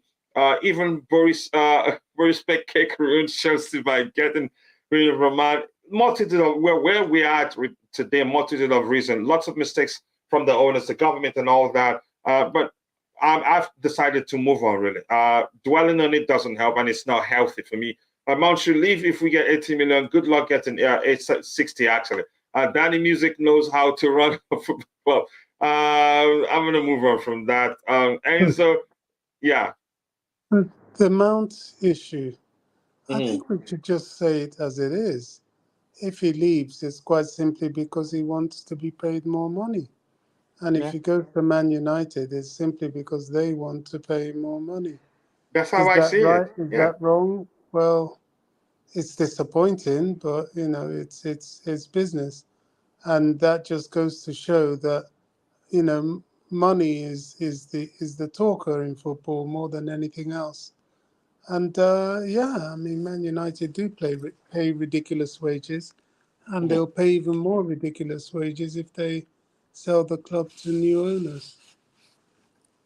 Yeah, it's as simple as that. It's business. He's a professional footballer. He's not in primary school anymore, where it was all about the fun. He has to get paid. It's as simple as that. He's not a disgraceful ask. Yeah, exactly. It's his right. But imagine any other player wanting to leave it because of money, and nobody knows whether he's leaving because of money. Nobody knows whether he's leaving because of money. Yeah, go ahead, Bobby. Nobody knows, but if he leaves, that's likely what it is, because there's no other reason for him to leave. And he doesn't have to be paid. He wants to be paid. That's the difference. I mean, he can earn whatever he wants, but he wants to maximize his earnings, and everybody does. So I wouldn't say good luck to him, because I would rather he stays at the club. I'll just say, as we've all said, it is what it is. Yeah, James says he's moved on to next season mentally. If mid-August comes and the squad is not down to mid-20s, I know how next season will go. Indicate to me that the team is not doing their due diligence. I think we'll be better off next season. I think we'll trim the squad down. I think we'll make some good signings. I just pray we're strategic enough. Felix's hands on Mount. Just stop, please. I'm gonna scroll to the very bottom. Let's go to the next topic we have lined up here. Players are loyal to money and opportunities. As simple as that. It's business. It's business. No matter how you say it, he's a professional footballer. He's not in primary school anymore. Mount won't even get played at United. He will always be on the bench. Okay, let's see what that happens. We have every right to state whatever we think his situation will be in the near future. But let's see. Ugarte as a DM, Enzo and Caicedo, double eights. That's what we call elite midfield. I wouldn't play Enzo as an 8, really. I will not. I think Enzo would be more effective playing from deep because of his vision. These owners never want Mount. They want Felix instead, and I support that. That's one time I'm seeing you support them. But that's, by the way. Let's move on from that and think about something else. Mount grew up as at Chelsea, Felix Stein. Okay, you guys should slug it out there. I think Todd Boehly may leave the interference after now. We've heard that he's reducing his involvement in the squad to 20% or so, and he has been above 50, and that I'm not sure. Keep dropping the likes on the stream, people. The likes to go a long way. Let's get it to 100 as soon as possible. 30 more to get it to 100, and then we shoot for 200. Roger, I'm going to start with you with this one. Exclusive. Chelsea are still in the race for Kolo Muani, and he wants to wait and see if there will be talks with Mauricio Pochettino. He wants. I'm guessing that the he there references Kolo Muani himself. He wants to wait and see if there will be talks with Mauricio Pochettino. His decision will come after the DFB Pokal Cup final and France's upcoming national games. So which means he's interested in coming. So, Roger, what do you make of this report? Yeah, possible. It's. I mean, will he? I don't know. It's hard to say. But it sounded like he wants to come, but wants to know whether he's in the manager's plans. Yeah, it's hard to say. First of all, we need confirmation we've got a manager. Second of all, we don't know what his plans are. So it's encouraging. You can look at it from that perspective. Mm-hmm. But there's so much noise out there right now in the Twitterverse, etc. I just want to see, like, for instance, in Cuckoo, there is no signed paper. There is no pre-contract agreement that's been signed. I've heard there is nothing in writing. So Nkuku could theoretically not sign for us, but he probably is going to. There is so much uncertainty. Do you think he hasn't signed? And even the Leipzig president did speak about it publicly. Sure. No, I understand that, but he didn't answer the question. Has a contract been signed? Are you saying he's not obliged to fulfill that even if he's signed? Right, he doesn't have to. It's not in the Constitution, right? So we don't know. We don't know if a contract has been signed or a pre-contract agreement or a verbal agreement. We're immune to that. So it's all speculation until we get an actual manager announced by the club and there's a contract in place, and then this manager, shall we say, puts forward his plans, if he can elaborate to a certain extent. Who's to know? We have no idea what his... I'm sure he's working behind the scenes with his purported staff that will come with him, his backroom staff, and they probably have a plan in place, for different parts of the field and contingency plans, etc. He has an ethos, a philosophy with which he wants a blueprint, if you will, with which to go forward with. I'm sure most managers do, or they better.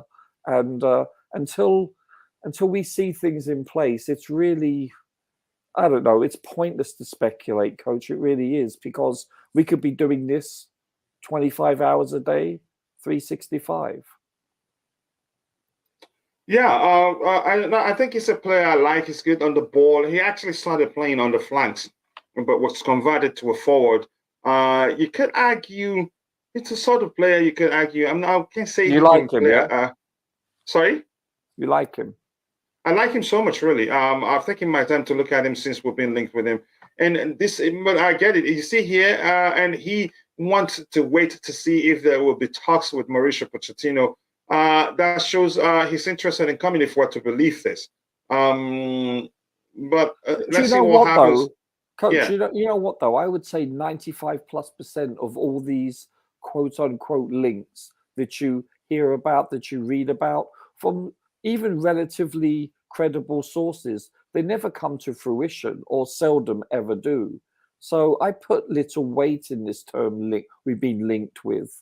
Do you see where I'm coming from? Yeah, I'm with you. Yeah, which we've always advised people to just see everything as rumors until, until it happens. And when the silly season is here, it's a joke. It's like we're linked with everyone and their mother, and it's, it just gets your hopes up high if you like this player, and when it invariably doesn't come to fruition, then it's a disappointing aspect. Until this is my logic, and this is how I go through things.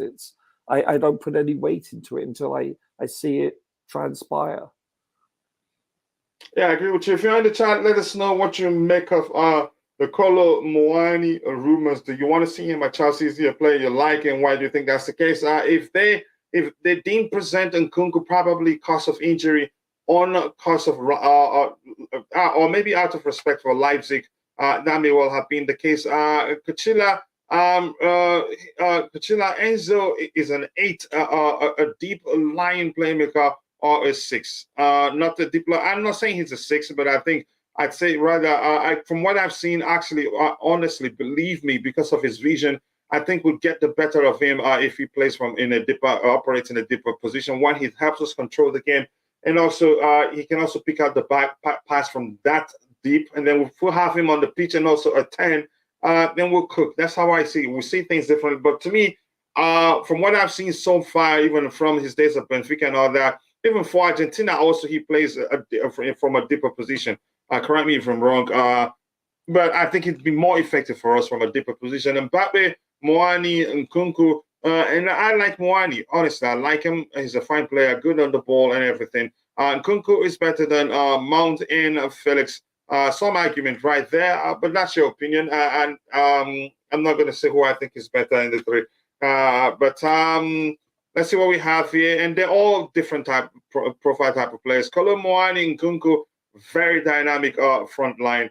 You could say that, but I want us to mix it up. And one of the best passer up top. Wow, really? I know you like him because I've heard you speak of him also. Let's see. Even the British government cashed out on Chelsea, not caring about the trauma it will cost the citizens and non-citizens who are fans. So why should Mount care and not go for more money?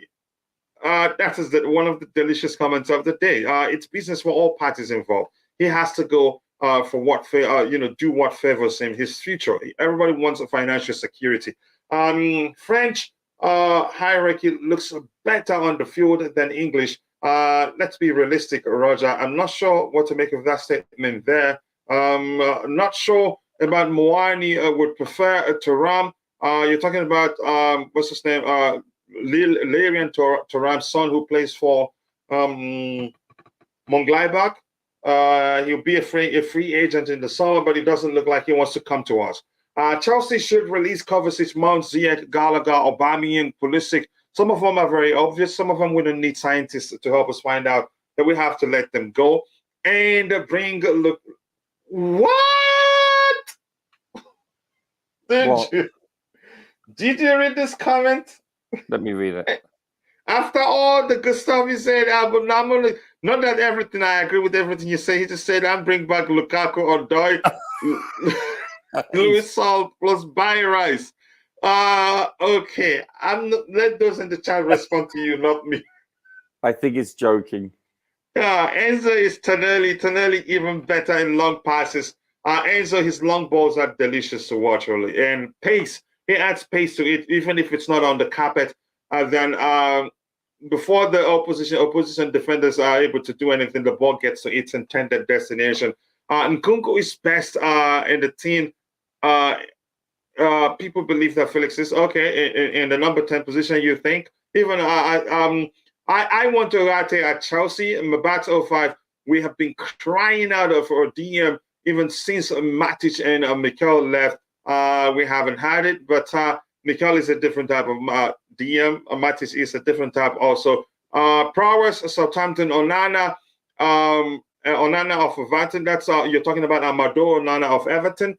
I think he's a good player. And rumors had it that we actually did go in with the leg beat for him. I think was it in the January transfer window, but Everton he refused. He didn't want to come to us. Crystal Palace, good players. Why does Poch make selections? Why doesn't Poch make selections? Is that what you know? I'm not sure who's. I don't think it's all down to Poch.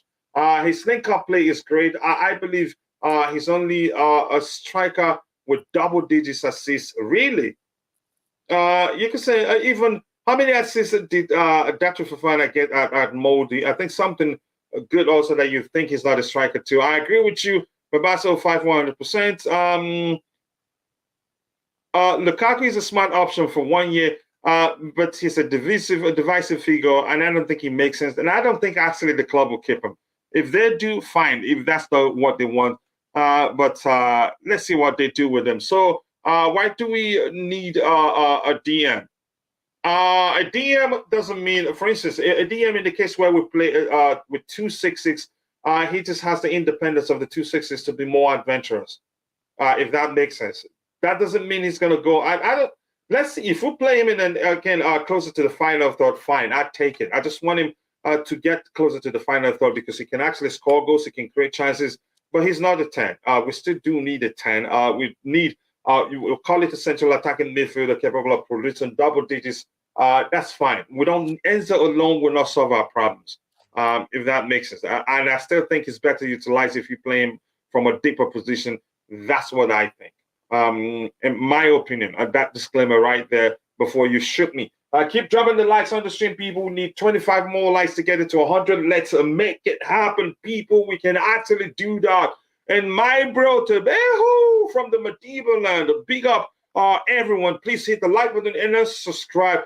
That's my South African brother lad right there. I love him so much. I sensed it. Somebody tried to come at me. He swung back at the person and literally wanted to start a fight. I had to calm him down. That is such a brother I want. But big up to you. No fighting for me. Just slow down a bit. Nkunku is the best, please. More than Felix and Havertz. Wow. Ojogbo, Innocent CT, Innocent Chi. Nice to see you, Ojogbo. Thank you so much for joining the show. And now, Ojogbo, please make sure to drop a like on the stream and also do subscribe to the channel if you haven't. That goes a long way. Let's see. Rodri, this here says, 1 second. Rodri and Ugarte, two different players. Lots of them differs. There's something distinct about each of these players we're mentioning. For instance, Caicedo is he's traditionally a box-to-box midfielder, but you can actually get him and charge him to be disciplined and play in the DM role. He's capable of doing that. And you have a complete player playing in the DM role. Kolo Muani is way better than Kai Havertz. I'd have to see him more to consider that. I think they're two different type of players. Why do we need a DM? What kind of question is that? I have to talk to my son. He's asking that question with regards to my argument that when I said Enzo is more effective, if it would be more productive for us if we play him deeper. And that's my argument. I don't know if Roger has anything to add to that. That's up to him. He knows he can always come in whenever he wants to. I heard United is also interested in Kolo Muani.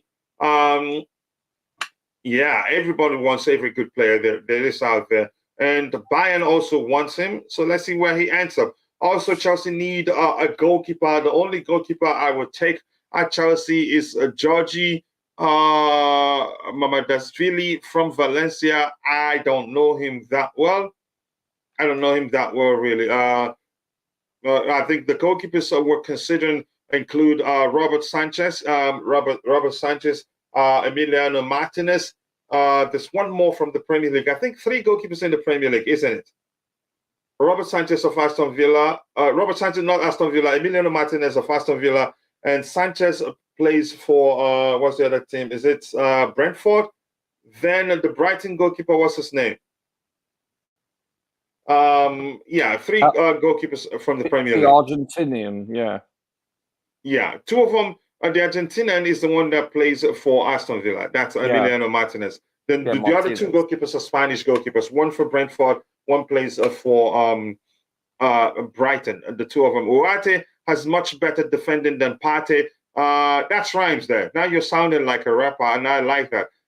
Just release Kai and Raheem. Release. It's a very strong word right there. If the club wants to let him go, I think that they'd be looking to get a sizable fee from his sale. And there's a possibility that happens. We're not too sure what the new managers would like to do. If you're just joining, keep dropping the likes on the stream, and also do subscribe to the channel if you haven't. We need just 24 more likes to get it to 100. Let's make it happen and shoot for 200 by the time the show ends. We still have more lined up to talk about. Kolo Muani, 90 million to 100 million. Thuram, free. Make a choice. Here's the thing. Does it sound like Thuram wants to join us? No, I don't think so. At one point, we heard that we're on the verge of completing the signing of Thuram. What's his first name again? How did I forget? I know he plays for Borussia Mönchengladbach. And even before that, he said in public that he's not going to be in a rush to make a decision, that he'd leave it until the end of the season when he's a free agent to take time to consider his options. Barcelona want him also. There are other clubs, I don't remember all of them, that also want him. But we were actually willing to pay some fee to Mönchengladbach to get him, but he doesn't want to come. That shows he didn't want to come to Chelsea, and probably wants a sign-on fee that he gets when he's a free agent and all that. So we pulled out. Kolo Muani for sure, but let's see what happens there. Good luck to Chelsea women's team, who are playing in a few minutes. I hope they win. Correct me if I'm wrong. If they win that game, they practically sealed the league. Won't they? You correct me if I'm wrong there. I like Marcus Thuram. That's his first name. But I don't think his first name is Marcus. But I don't think he wants to come to us. Good goalkeeper, bro. Let's see. Brighton. Yep, one from Brighton, one from Brentford, the other one from Aston Villa. 80 love for Blue. Always nice to see you, brother. I hope you're doing well. Greetings, bro. Hopefully we'll have a good season next week. We are linked to Paredes. Paredes is a former. That's former. Didn't he play Argentine, right? And he's an Argentine, and he played for Paris Saint-Germain. Yeah, he sounds so familiar, Paredes. Yeah, I think that's the guy I'm talking about. We were linked with him, but he chose Paris Saint-Germain over us. Is that the same guy you're talking about? He's a good passer of the ball and can pass very well from deep also. So maybe we want him. I don't know. If he's the guy that I'm thinking that played for Paris Saint-Germain, did he play under Mauricio Pochettino? Because they signed him, he didn't play that much. Correct me if I'm wrong. Sanchez, Brighton, Raya, Brentford. Okay, thank you for putting them in that order. That's why you're my brother. You're there not to let me, be ashamed in public. There's also players outside EPL instead of these overhyped EPL players. I don't believe in every rumor, and you shouldn't really. It's good for your health. This says, Oh my goodness, the screen is acting up again. I think that's a StreamYard itself.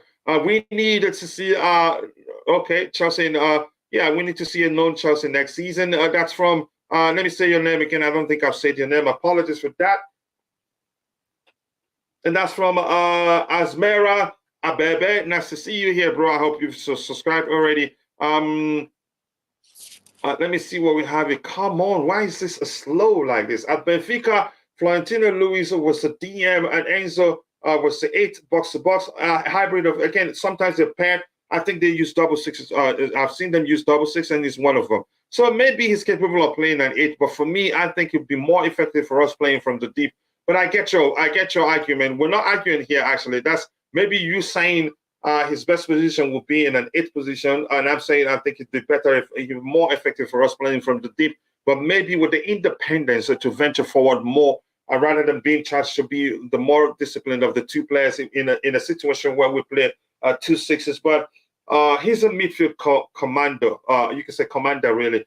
Needs to be, if you put him in charge, I think he'd be effective for us. This season, the Chelsea women's team play much better than the men's team. Do I need scientists to help me figure that out? The men's team only care about the money, and also they come to Chelsea for holiday. You could argue that also. Thuram doesn't want to come. That's how I see it, because we were actually close to wrapping up that deal, to my understanding, and he ends up, doing what he wants. A lot of people says we needed to offload Kepa and Mendy, except the one who will stay back among them will accept number 2. Both of them are no longer good enough for us. Let Poch get Dibu Martinez. He's Argentine, bro. He's Argentina brother. Maybe that's what we'd see happen, but I don't think that'd be the case. Where am I with this? Quite a lot to catch up with here. And AD Love for Blue says, did I jump anything? I think I did. This says, bro, Enzo is slow and will complain. Same we did with Jorginho. That's why I'm saying we need a DM to pair him, maybe in a double pivot, and he's be one of the 6, but maybe play more of the cover 6 role, hybrid of 8 and 6, or box to box like Chelsea all the way is trying to explain. I think he needs to get closer to the final third, but I don't want a situation where he starts as an 8. I think we'll lose other aspect of his game that will be pivotal to us. But let's see what will happen. Maybe if we get Paredes is also great at picking up excellent passes from deeper areas. Maybe we can play him as an 8, but Chelsea all the way is correct. I think Benfica does play him as an 8 sometimes, but I'd say more of a hybrid of 8 and 6. We needed to offload Kepa and Mendy, except I think I've read that one. I just had to go back to see if I missed anything. This here from AD Love for Blue. AD, I hope you're doing well, and I appreciate all the updates you sent me. You send me all the time. I think it's been helpful. Some of them I've used to create. YouTube shots have gone on to do well. Yes, we were linked with a move for him. He joined PSG, played on the part. So probably that may well be the reason why we're being linked with a move for him. And if we sign him, we may well see Enzo play in a more advanced role, like Chelsea all the way is talking, and Paredes playing deep, because Paredes can play deep and can pick up excellent passes from that deep. The real reason why Lukaku struggled at Chelsea, Chelsea didn't use him right. Chelsea is not a counter-attacking team. That's how I see it, no matter how you try to put it. And Lukaku needs lots of space to be more effective. His use to having a second striker at Manchester United, maybe that's a solid argument too. He had Rashford and Martial at Inter. He had Martinez and succeeded. Maybe that's the case, but I think otherwise, really. That, in my opinion, I don't think that's the case. But maybe you're correct and I'm wrong. Panel thoughts on Kolo Muani. I like him. Roger, do you know him that much to speak of him? Not really, no. How young is he? Kolo Muani, I think, let me check again, just not to throw numbers at you. 1 second. He's 24, so he's still young. But yeah, isn't 24 still young for you, Roger? That's fetus. Yeah, it's not even reached his prime yet. Wise guy, huh?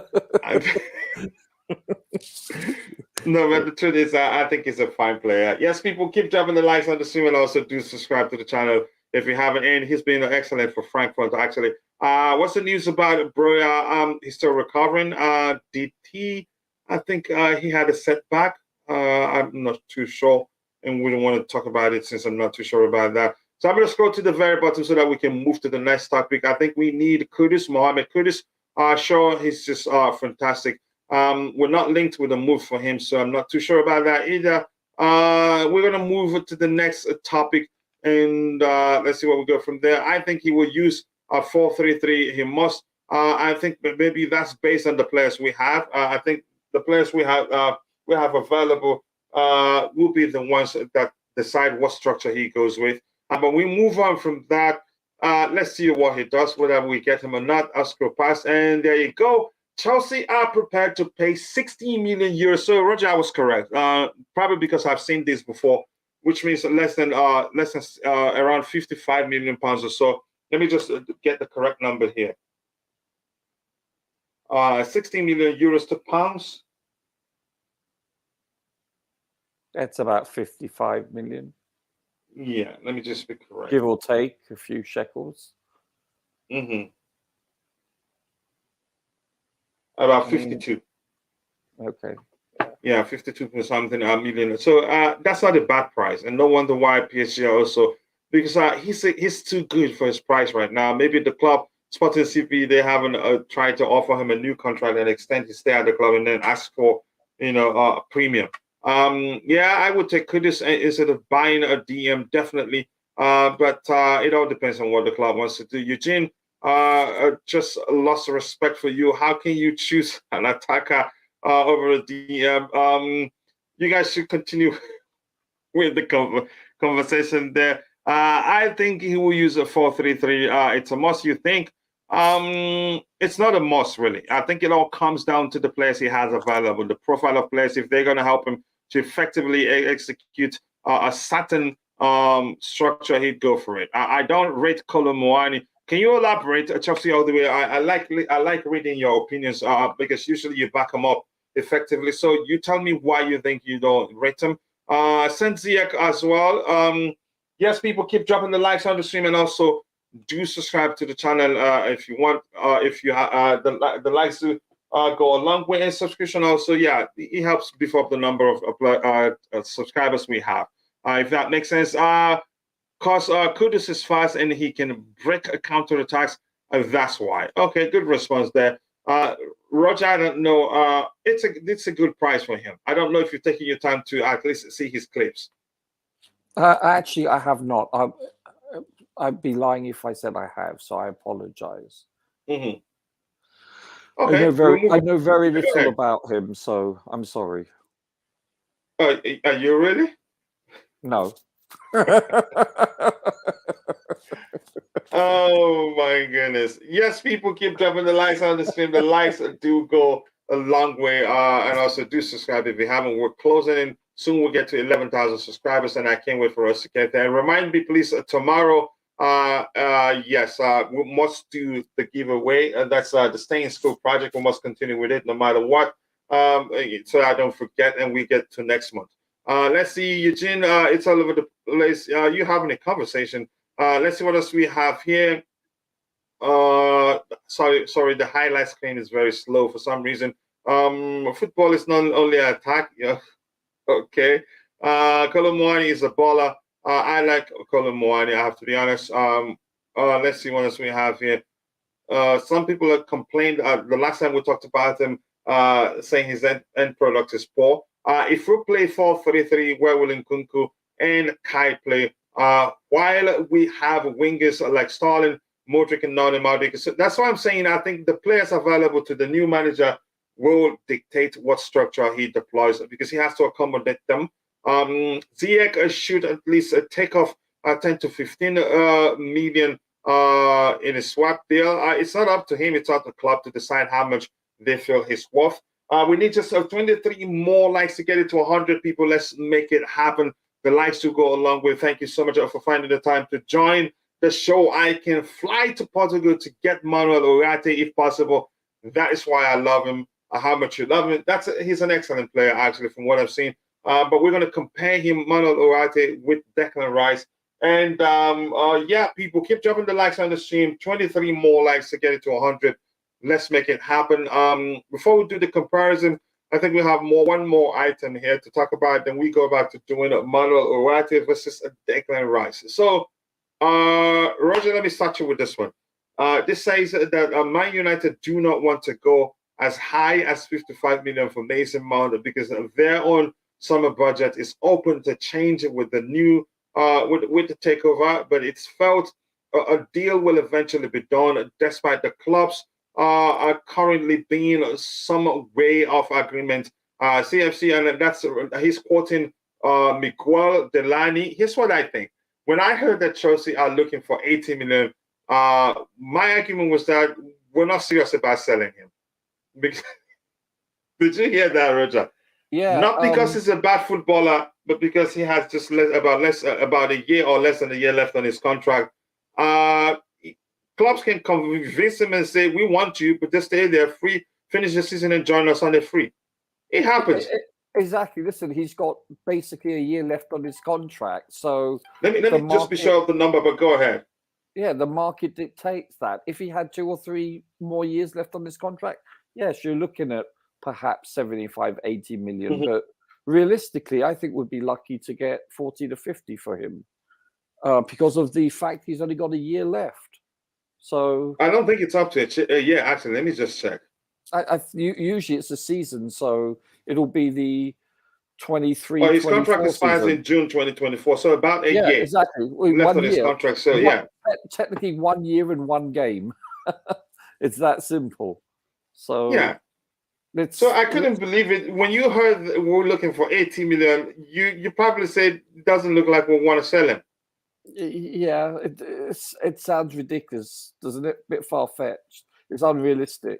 I understand. It is. Mm-hmm. I understand. It's it's what the market dictates. Everyone can say that. It's about demand and supply, but realistically, I don't believe we can get anywhere close to 80 million for someone with 1 year left. No, we will not. Even I don't think we can actually get 60. It's not like. Had it been that he's been playing without the injuries, being in excellent form, playing constantly, then there could be a bidding war for him. But I don't see a bidding war happen. I think the clubs that are interested are actually going, if we can get him for this amount, we'll get him. If not, we're not going to push for it. That's how I see it. But yeah, go ahead if we're still talking. Sorry. If he's smart, he'll stay for 1 year and determine, do I like playing for Poch, assuming it is Poch? Maybe I want to stay, or you know what, I want to get the hell out of here. And, he can leave on a free and then he can get a lot of money up front or back-ended, however you want to term it. So, but we have to also recognize there are other factors beyond being happy under Poch. Yeah, well, yeah. So, I mean, obviously, if they come to a happy medium with regards to either the length of the contract and or the amount. I have no idea what these sticking issues are. I've heard different reasons, that contradict each other. So who knows? Only they know. Let's see. He probably wants a similar contract to Reece James. I'm assuming that's what I've heard the most. Listen, he's a Marmite player. He divides the fan base, and as we've talked about it before, I don't get it. Yes, he's a Chelsea pedigree player from the age of 8. I mean, Bobby can attest to that. He's probably met him and seen him many times. He's the poster boy for Chelsea youth, but and he's been very successful for us. And in Derby when he played under Frank also. And there are solid arguments as to why things are the way. Listen, he's not as good as most of his fan base thinks he is, and he's definitely not as bad as most of his critics think he is. He's a very good player with what I believe has a high ceiling with regards to his potential if he plays in the right system with the right coach. Because he applies himself. He's the type of person that doesn't languish. He wants to excel. You can tell he loves the game. So I think with his desire and his commitment to playing, and you're right about that. Perhaps if he puts a little bit less attention to the application, the industry which he does, and more about his technical ability and perhaps his football IQ, however you want to term it, I think he can excel and be a very good player, a very good international player, if he's in the right system, just like most other people. There's a lot of luck, and he stays healthy.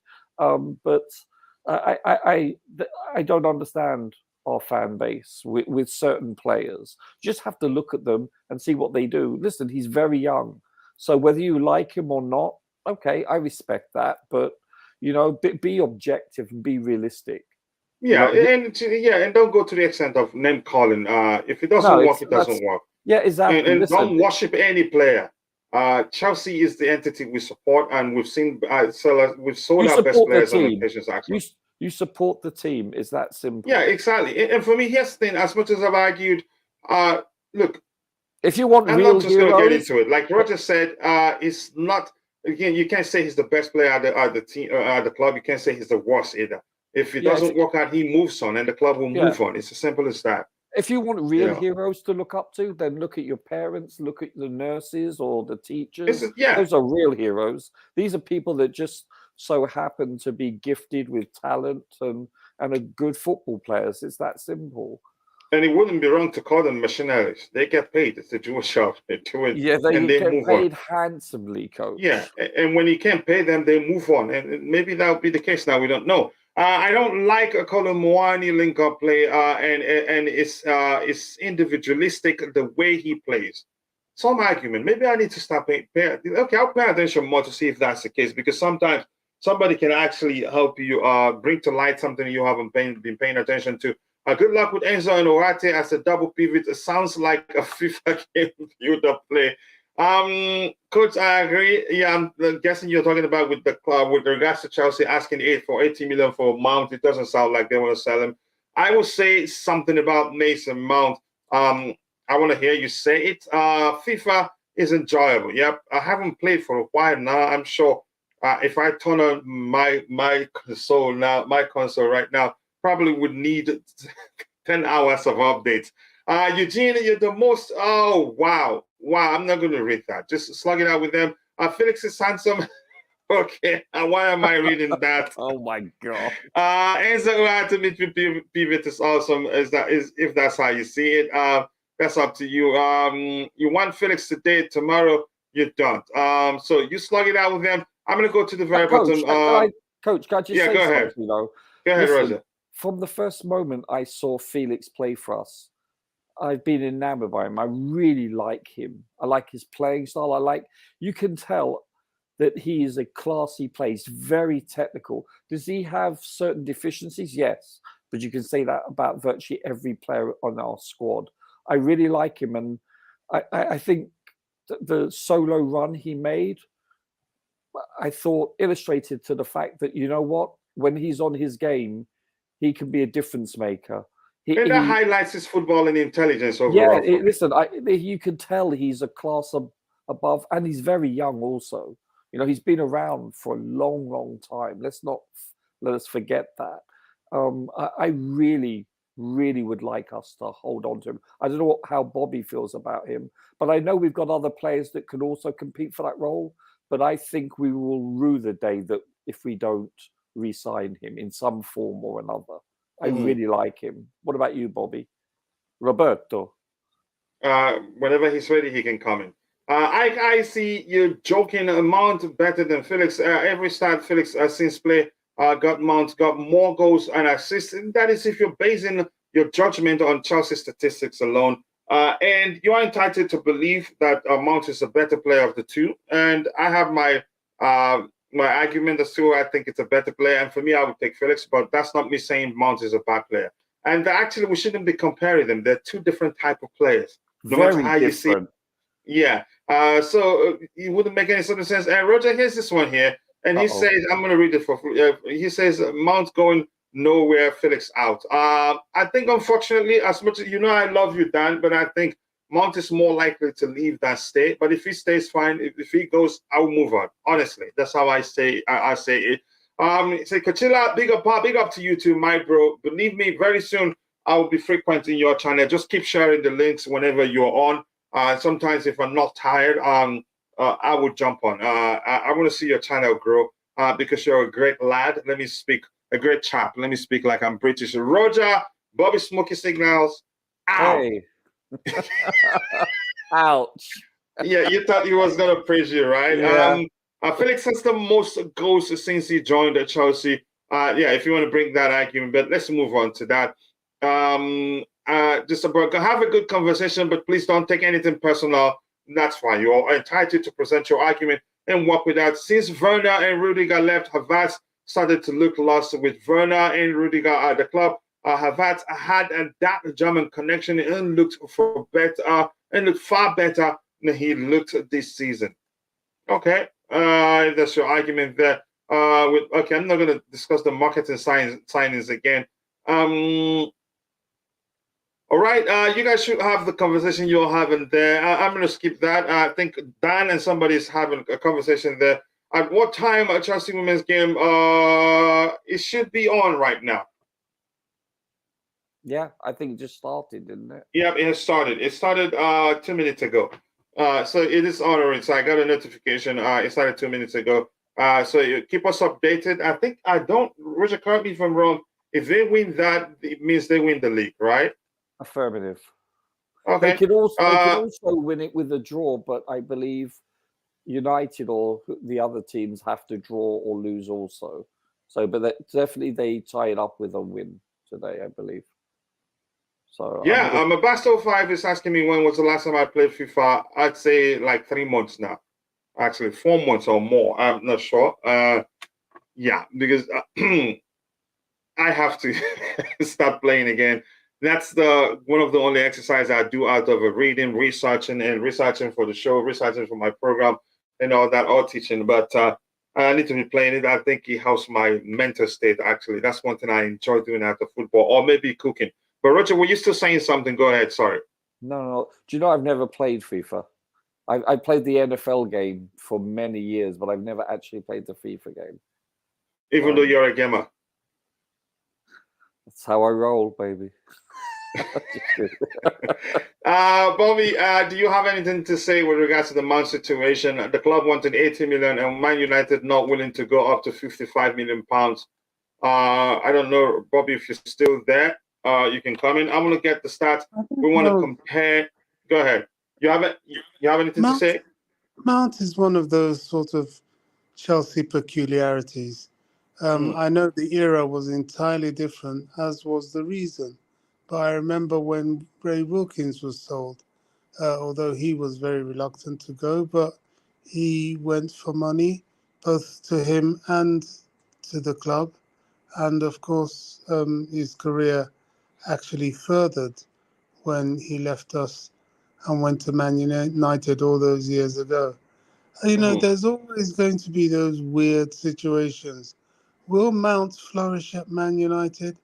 To be brutally honest, and this is not being salty, I wonder if he'll flourish at any club outside of Chelsea, simply because he won't have the privileges. He is the player that he is, but which is always effective to a team. But is that a starting player? Well, that'll be left to be seen. Because if Man United are going to pay him 400k, they're not going to take any nonsense from him, that's for sure. Yeah, so, I mean, that's it. It is what it is. I've not heard about this Moale they're talking about. Kolo Muani, plays for Frankfurt. I don't know who that is. The name sounds familiar, but I'll be honest with you. That's probably because we've discussed him here. Possibly. But go ahead with what you were saying. Yeah, I thought we were interested in Jakovic, and I'm hearing news coming out, although I have my doubts about it, about the Fulham striker. Oh, not Petrovic. Um, What's his name? Mitrovic. Mitrovic, Yeah. not Alexander Petrovic. Mitrovic. Mitrovic. I knew it ended in a Vich. But I have my doubts. I don't think he's quite mobile enough for Chelsea. No, I agree. But he won't be bad. He will not be bad as a squad player. And I think he has actually he was at a Chelsea game and he was interviewed, asked, and he said, yeah, he would love to play for Chelsea, and that's the sort of player we want. We don't want all young players. We want it mixed. Signing him doesn't mean we shouldn't go for a younger, more mobile, or again, you could say up and coming striker. Mitrovic, we need to mix it up. We need experience. We don't want a situation where we're close to winning something and we end up falling short because we don't lack experience in that, which was Arsenal's biggest problem this season. But go ahead. Sorry, Roger, was it you that was still speaking? Let Bobby drop. That's fine. It was me. But yeah, I mean, it'll be interesting. I wouldn't mind him, but let's see if the club are looking that way or if Pochettino even remembers him. But yeah, we'll see.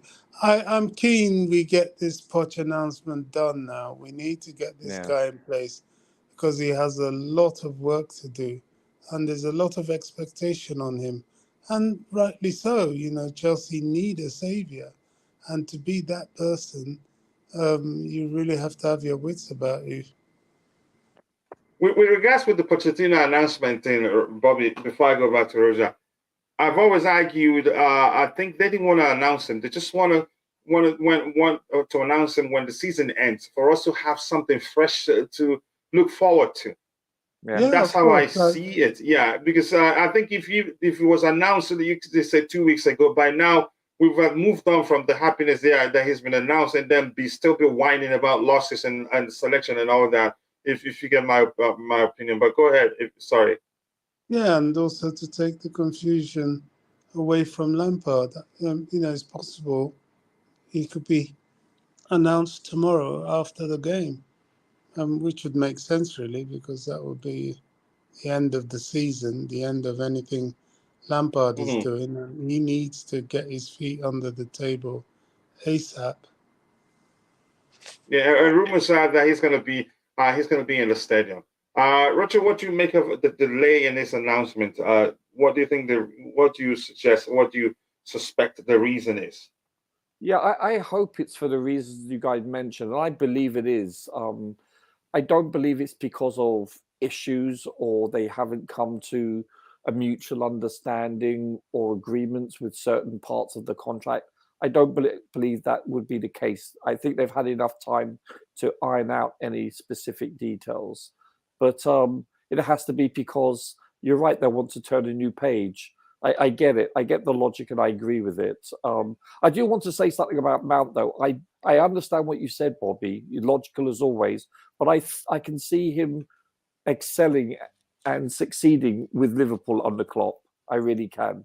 Roger, you know my biggest hope for mine, but go ahead when you drop. Sorry, apologies. Yeah, they have a midfield that is going to be revamped. They like Milner and who else is leaving? They are desperate for midfielders, and I think Mount is Klopp's kind of player. I think he fits the mold. That's just my opinion, and I think he will succeed there. Yeah, and much love. I think there's a chance. He has a chance, but there's no telling what we'll have. We're not fortune tellers. But let's see what happens. No, not at all. Dan, we understand much love. We understand it's love. That's how we operate. We're used to it. You should see Beautiful Game, cook us, the panelists, but it's all love. I'm going to move on from the Mount argument. You guys should slug it out there. Unfortunately, my highlight screen at this point acts up a bit. I'm not sure what the problem is. People are slandering Mount and President Enzo is just crazy recent bias. Slandering is one thing I don't do. I have my argument, and my biggest hope for Mount is that he goes to a manager that understands he still has a lot to learn and help him become a better player. And if he's going to stay at Chelsea and all the managers demand of him is to run, press, stay on the pitch, then he should go. Honestly, that's how I feel. They want German players in the club because of German fan base, most popular nation in America, big fan base, Germans. Okay, I'm a bit lost with that one. But keep dropping the likes on the stream, people. We need 17 more likes to get it to 100. Let's make it happen, people. The likes do go a long way. I see. Calm down, bro. I don't think that's an argument you can win now.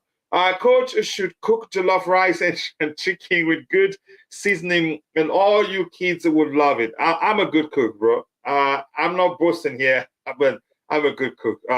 If anything I can boast about is boast about being a good cook. Yeah, but one day I hope to meet any of you in person and see that. Coach, no matter what players leave or stay, we'll always support them. No matter what I want them, whether I want them to play for the badge and the club. If not, they go because we are Chelsea. That's the thing. Chelsea is the entity we support. Players come and go. The club remains the same.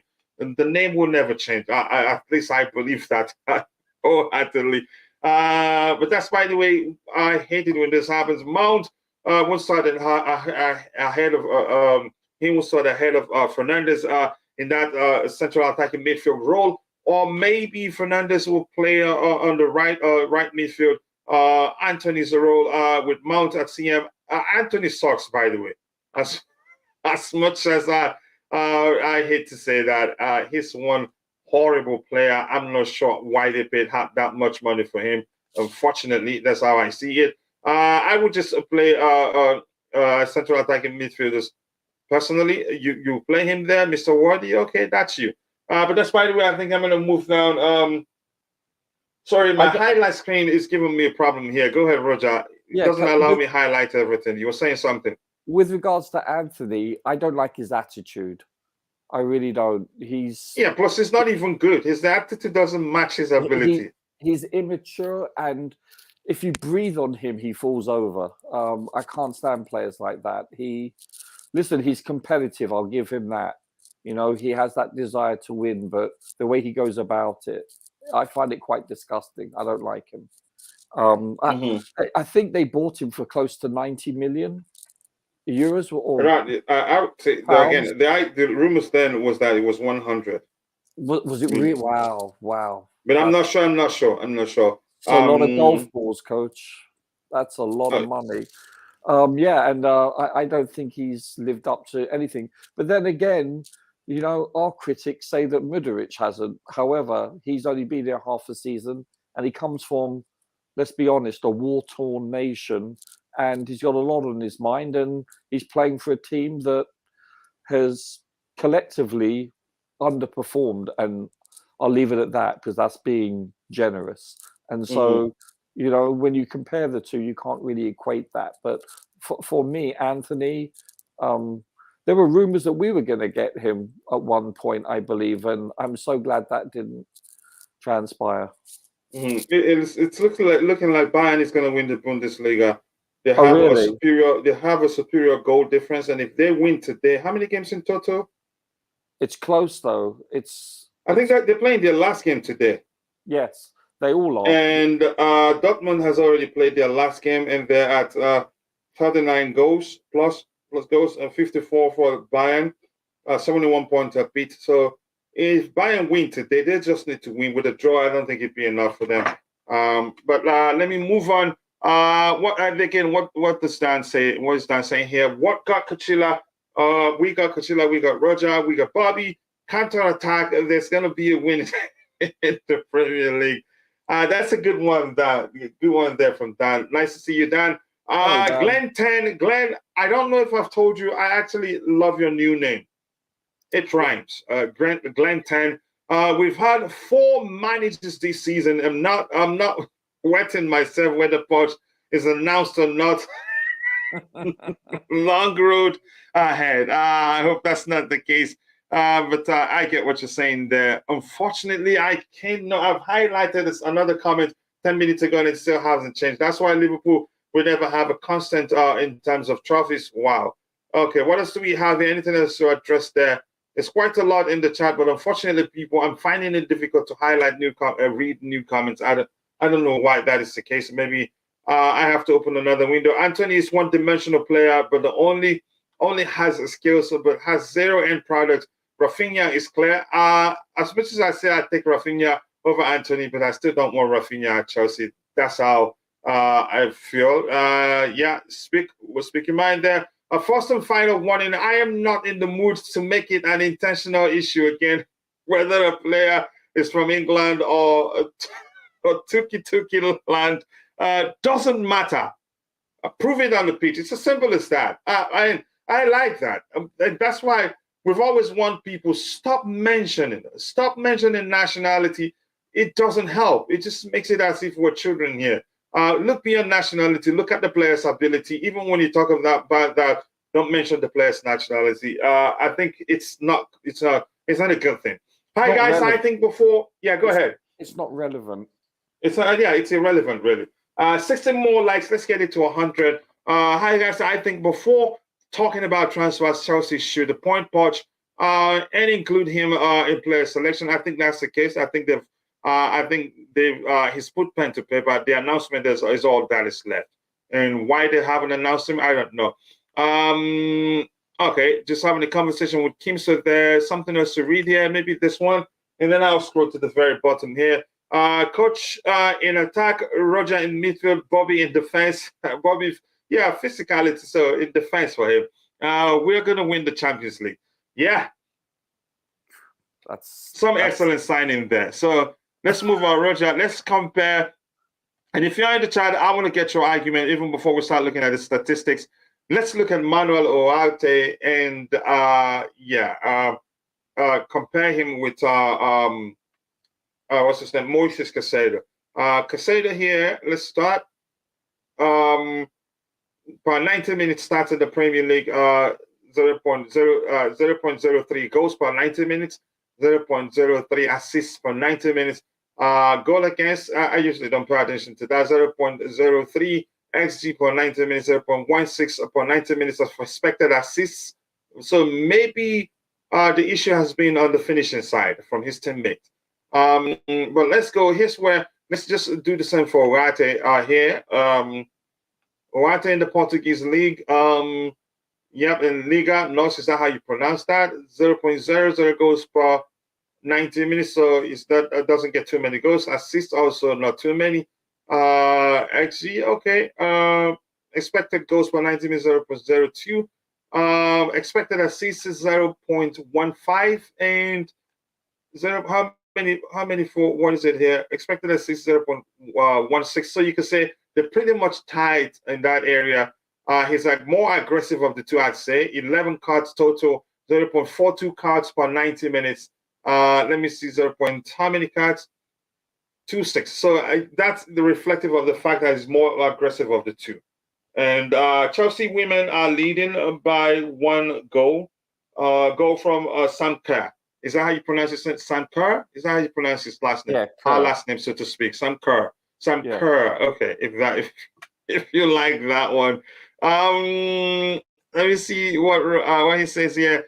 Bobby in defense makes people look like a kindergarten teacher. You shall not pass. Yeah, think about Bobby, physicality and all that. So, Roger, let's look at their defensive starts. And I'm going to help you pick out what we should be looking at. And we're also looking at passing stats, but let's look at assist, passing, and chance creation. So, Ugarte here, expected assist 0.15. We've looked at that. Passes in total is 1,572 passes. Per 90 minutes, he averages 59.30. Successful passes are 1,444 out of 1,572. That's excellent, actually. 54.47 per 90 minutes. And then the pass completion rate is 91%. Let's check the pass completion rate and successful passes per 90 minutes. I think that would be a good thing to look at. Are you paying attention, Roger? Yes, sir. Yeah, like you're in class. So successful passes is 50. Okay, let's say 60. I think there's more passes from Caicedo per game. But successful passes 53.70, 88%. Ugarte beats him in that department. But go ahead. Yeah, can you move our icons, please, so I can actually see them? Okay, let me move this like this. Yeah, yes, please. Thank you. See, I'm paying attention. And I was busy. Yeah, teacher. And I was busy pulling off the numbers for you. Keep dropping the likes on the stream, people. The likes do go a long way. But I'm sure you saw the overall stats we looked at. Yeah. But look at this. This is Moises Caicedo. Yeah, a successful passes 53.70 per game, but in total 88%, 88.56%. I think Ugarte beats him in that department. Ugarte 54 here for 7 per game, successful passes per game, but overall 91%, 91.86%. So he's better in that department, is pass accuracy. And if you've seen Ugarte, he doesn't always look to pass sideways or go backwards. If he doesn't see see space, he drives with the ball, creates space for himself, and then finds a good pass. That's one thing I like about him. Key passes from Ugarte is 15, 0.57 per game, and key passes for who? This is Caicedo, 42, 1 point. So he beats Ugarte in this department, and key passes I like, honestly. Forget about the crosses and all that, successful crosses, but 9 out of 18. But let's just count it since one of them has that. It's a plus to have. What, don't you think, Roger? Yeah, no, I agree. Yeah, so a cross completion here for Caicedo is 50%. Let's see that aspect. So he beats Ugarte in that department. So Roger, what do you make of what you've seen so far? I mean, yeah, I get it. Who would you prefer, honestly? I mean, listen. Looking at stats is one thing, but also I'd like to see them. How shall I put this? I would like to see them. I've seen them both play. Yeah, see, I haven't as much. And based on eye test, even before we look at their defensive output, their contributions, I'd still say Ugarte looks like the more. He's more solid defensively than Caicedo. Right. So does the statistics reinforce your eye test then? It does, yeah. Yeah, okay, because I haven't seen Ugarte play, you know. And from what we've looked at, if we're looking for a player that will do more offensively, then the man for us is Caicedo. Because an eye test, and we've learned over time, he's more of a hybrid of 8 and 6. But mainly about, you could say, let's just use the term a box-to-box midfielder, if that makes sense. Right, yeah. So if you're looking for a player that will do more offensively, then Caicedo is the man, not Ugarte. If we're looking for a traditional DM that will do more defensively, even before we look at their defensive output, I'd say based on eye test, I'd say Ugarte, and he's more aggressive of the two. But we get to that aspect of that number. To me personally, I'm looking at the team through different lenses, perhaps. I believe personally that we need more of a defensive structure in midfield. We have too many offensive-minded players. Yeah.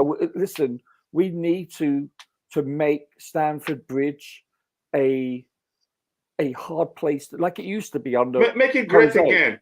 Yeah, maybe that's. Don't go there, coach. Don't go there. Well, go ahead.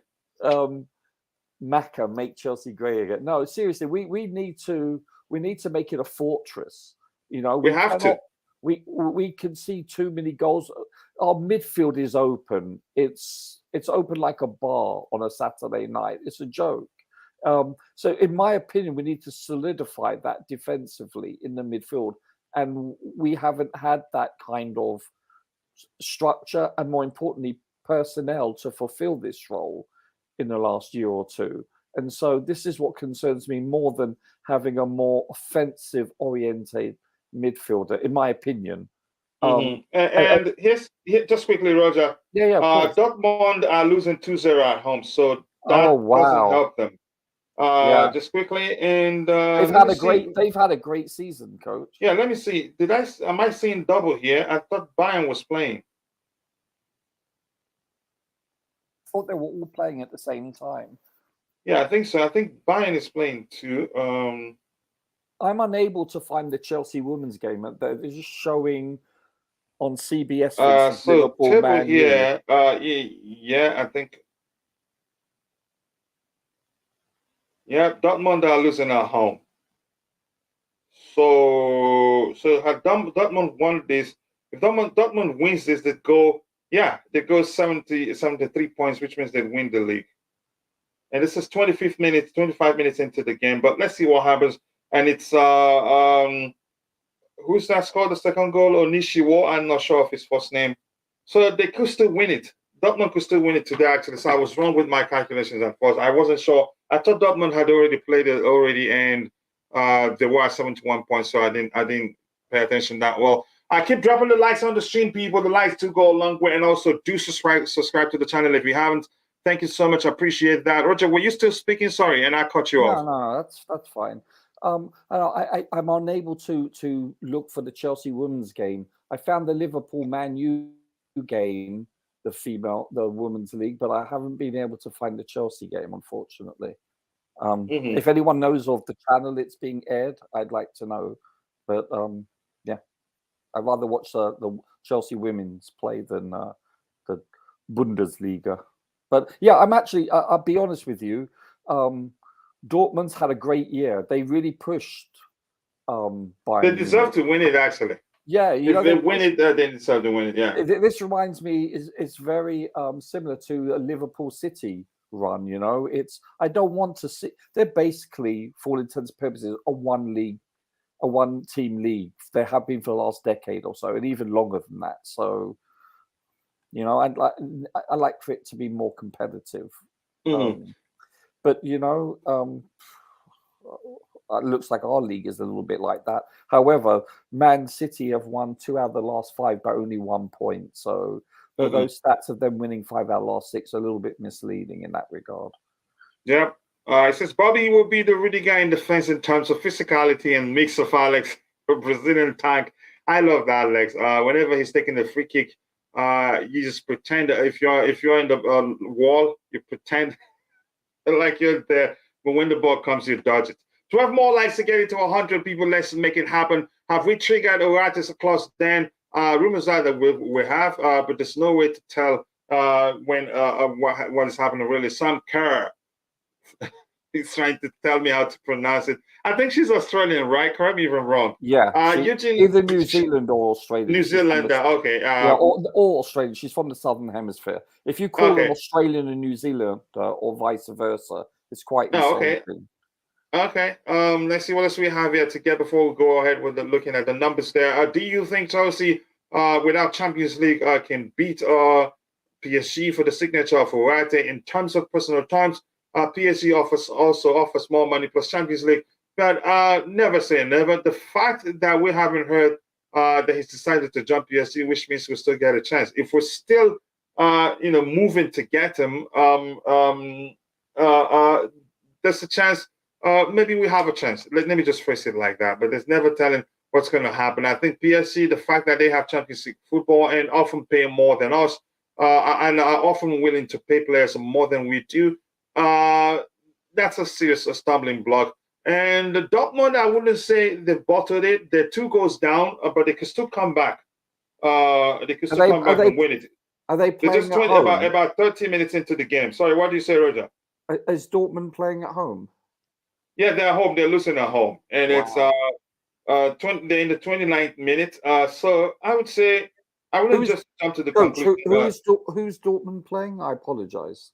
I'm coming, and Bayern are winning away. They're beating Cologne 1-0, and the whole game. Both games are going on at the same time. Yeah. Dortmund are playing. They're playing against Mainz. Oh, Mainz. Okay. Yeah. Yeah, and 2-0 already in 29 minutes. If they don't get a goal in this half, then it's going to be difficult. Yeah. And you could say, let me see that. Even they need to win. A draw will not be enough. If they draw and Bayern win, Bayern will go ahead to win the league. Sure. I would like Dortmund to win, personally. I would like Dortmund to win. I would like Bayern to win, personally. Yeah. And you know why. Let's get what we have in the chat, and then we'll continue looking at the numbers. We'll round off in a bit. Keep dropping the likes on the stream, people. Just 11 more likes to get it to 100. I can share a link in the group if you want, Roger. What link are you guys discussing? Okay. Enjoy. I feel left out, but that's okay. I like links too. Oh, If good you get Lord. that, just the commercial, I like tacos too. Let's see what we have here. What do we have? Anything else? Anything else? I want to move on to looking at the numbers. And my screen isn't helping matter. So maybe that's actually what I should be doing. Jude Bellingham to Chelsea. All the Chelsea fans will love him. But he's not coming. And you know that already. Yeah. Let's see what we have. Ugarte wants to play in the Premier League. Yep, I heard that too. So that's, you can say, the only advantage we have. He said that. Ugarte wants to play in the Premier League. Yep, I heard that. Sometimes I will read your comment. If I'm not able to highlight it, I'll just read it. Both Enzo and Ugarte sit back, pass well tackles. Even everyone, every now and then, play in bust. Bust, but they are slow. For me, doesn't work in your opinion. I think other people. I've heard some of those. I've heard someone else, you could say, state that concern. We won't be out of the Champions League for long. I hope that's the case. Hey, guys, football is becoming more unpredictable. Looking at Dortmund losing to Mainz with 2 goals down. Yeah, Onishi was scoring the second goal. Yeah, you cannot script football, really, if we're being honest here. Girls love Jude Bellingham because it's okay, just go away. I'm not reading that. Honestly. What did he say? Oh, no. Just enjoy good conversation with Eugene in the chat. She's Aussies, yes. I actually talked to her in a spa bath apartment building. Not personal. Yeah, I understand. When she was younger, you see her brother was a superstar AFL. Okay, player here in Australia. Okay, yeah, she's a very fine player. BVB Butlers is not done yet. It's just about 31st minute into the game, Kim. So don't say the bottled it. So Roger, in this aspect, you could say what's his name? Ugarte is the better passer of the ball, but more key passes from what's his name? From Caicedo, 42 in total, and he averages 1.25 key passes per game. I think that will go a long way. But still, we're talking about a defensive midfielder, and we must recognize that Caicedo is more of a box-to-box midfielder than he is a DM. So get more close to the final thought than Ugarte does. So we shouldn't dwell too much on that. Coach, have you ever tried Ivorian food? I haven't. I've tried Senegalese, anything African restaurant I see, I usually give them a shot. But maybe I should. I probably wouldn't differ that much from a Nigerian food, but I would try. If I find a good one in Las Vegas, yeah, I'll give it a shot. Maurice, Ivorian food is the best. Looks like Kimso have done that. Okay, I have to give it a shot myself. So Roger, you understand my argument. So I wouldn't say, since we're looking for a DM, a traditional DM, so I wouldn't, say too much about it. Would you say it's important we still consider the key passes? Yeah, I mean, key passes is an important stat. I get it. I mean, I would like to see the players play. I'd like to see, like, let's say, half a dozen to a dozen games for each player to get more of a feeling. Even watching highlights is misleading, but it gives you a small insight. Statistics can be misleading. They need to be in conjunction with the eye test, in my belief, because the eye test shouldn't reinforce the statistics. It should be the statistics that reinforces the eye test, if that makes sense. Now, obviously, one can interpret statistics in many ways, but there are some that are also damning and obvious. So, yeah, I mean, no, I get it. Key passes is an important stat. Pass completion also, but it also depends. See, key passes. The one thing I like about key passes is, like, no disrespect to J5, but J5 passing back a dozen times within 5 minutes to a player that's 5 yards behind him is not a key pass. So yeah, no, it's not. No, we know exactly what that is. But you could say, exactly. He orchestrated more vertical passes under under Mauricio side than any other manager. Yeah. Or you can say more decisive passes. But go ahead. I think that's why I always say it all comes down to the demands of the manager. But go ahead. When I see like pass completions, what have you, depends on the player. You literally see players that are a couple of yards away and they just pass back and forth to each other constantly, pinging the ball, and yet that increases their statistics. But when key pass is a, shall we say, a leading indicator, you know? Yeah. So I put weight into that statistic more than pass completions and so forth, because especially if you're playing ticky-tack football, you know, it's just so misleading. But you could argue that, yes. When we hear that Bali already spent 600 million, does this include the fee for Nkunku? Yeah, I think so, most likely. It includes that. It's not when Nkunku comes, then we'll up the number. I think he includes that. Let's see what else we have here. I've run in deck. Is it Degu or Deg? How is it pronounced? Is very good. I think I'll try it. I'll have that. Write that down.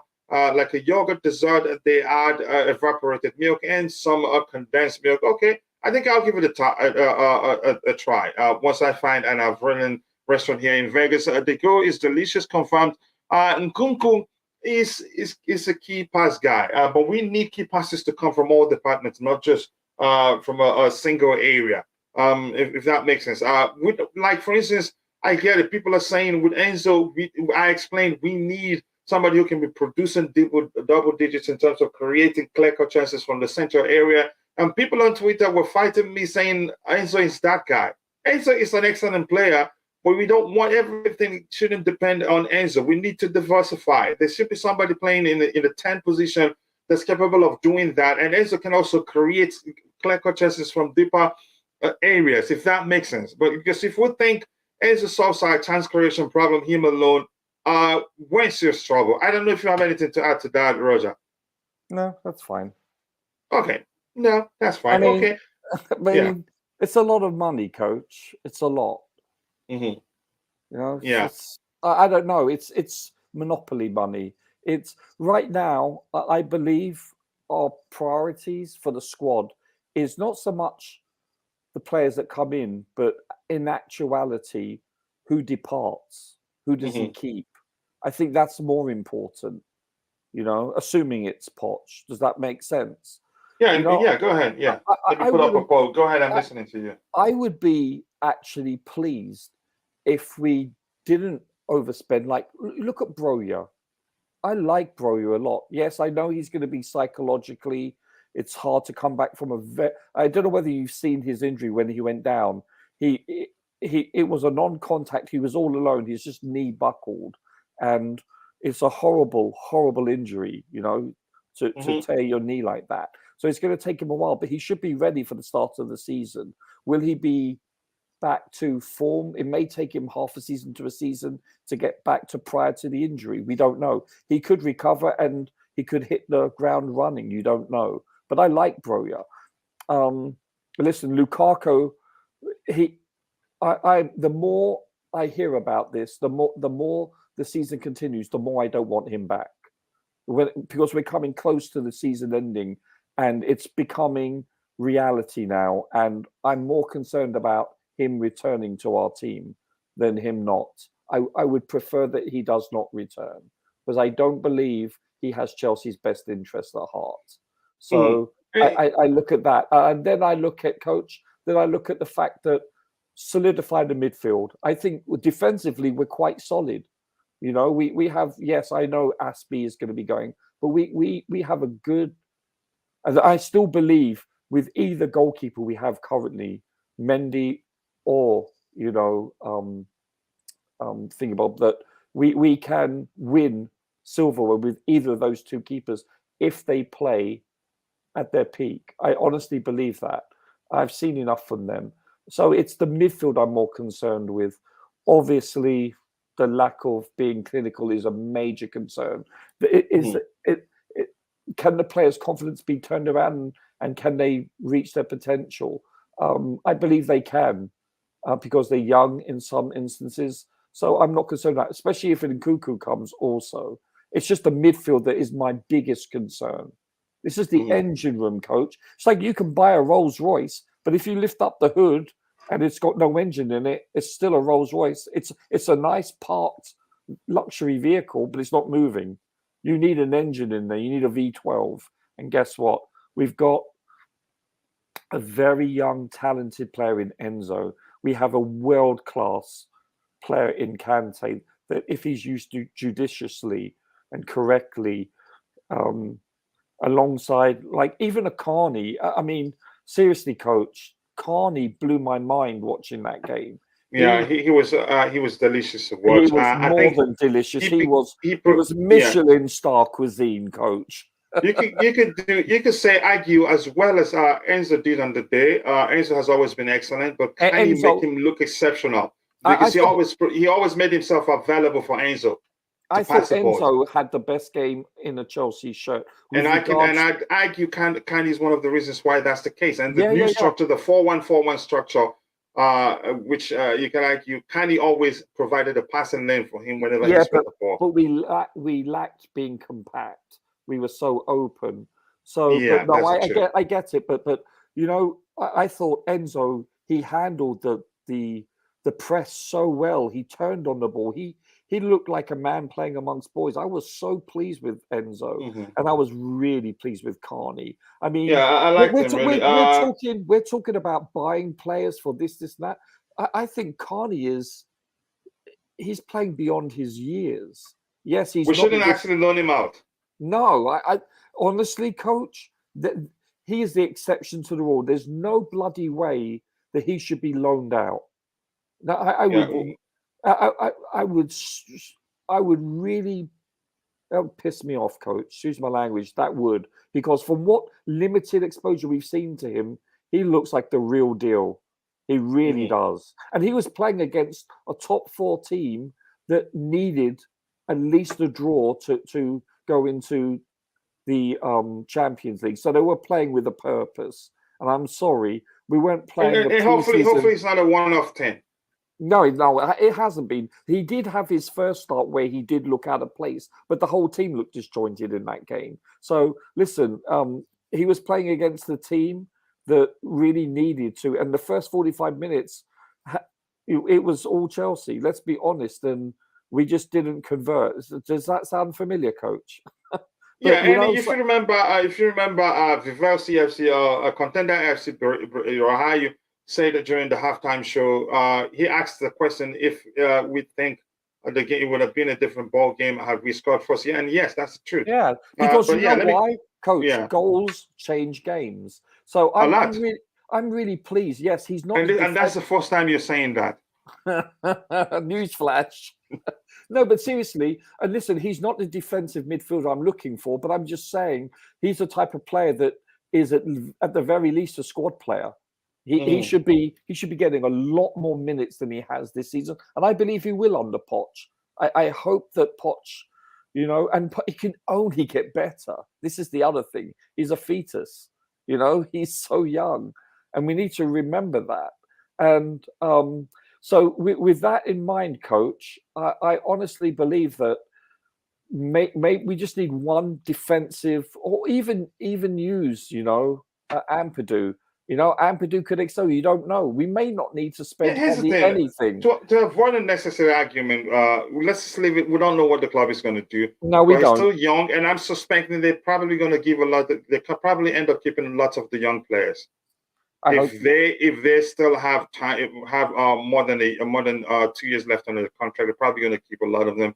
That's how I want to keep it. But go ahead, Roger. If Gallagher didn't go out on loan last year, then there should be no reason why Carney doesn't go out on loan. There should be no reason. He should stay. He's that good.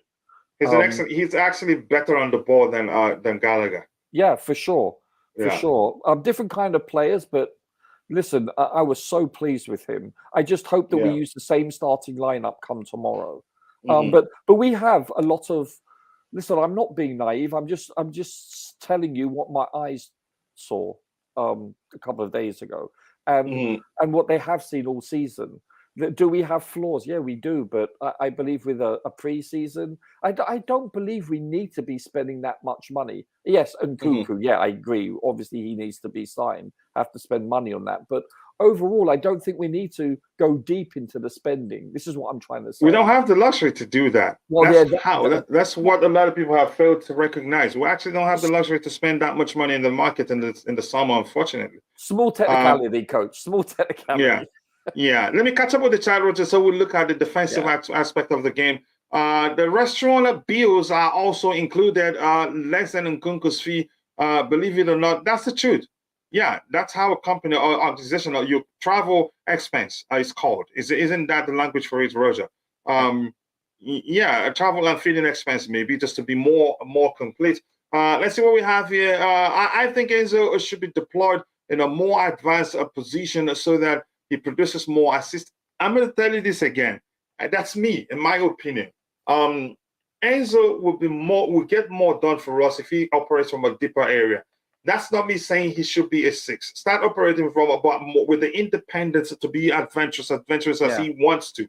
Follow the game, follow the flow of the game. If it means he has to follow the game to the opposition's half, do that, or box, do that. Go ahead, Roger. You want to say something? Don't forget, the majority of our opponents play usually a deep block anyway, so it doesn't really matter. The majority of our games, he's playing in a more advanced role for the most part. Does that make sense? Yeah, but he has to start deep, because from deep he's able to. You can say without him playing as deep he's played in most cases, it would have been worse off now.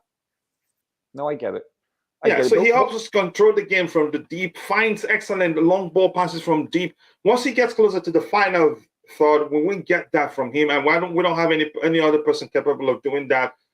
Maybe if we're pursuing Paredes, as Eddie told us in the chat, which I know, what I like the most about him is again his ability to pick out excellent passes from long distances.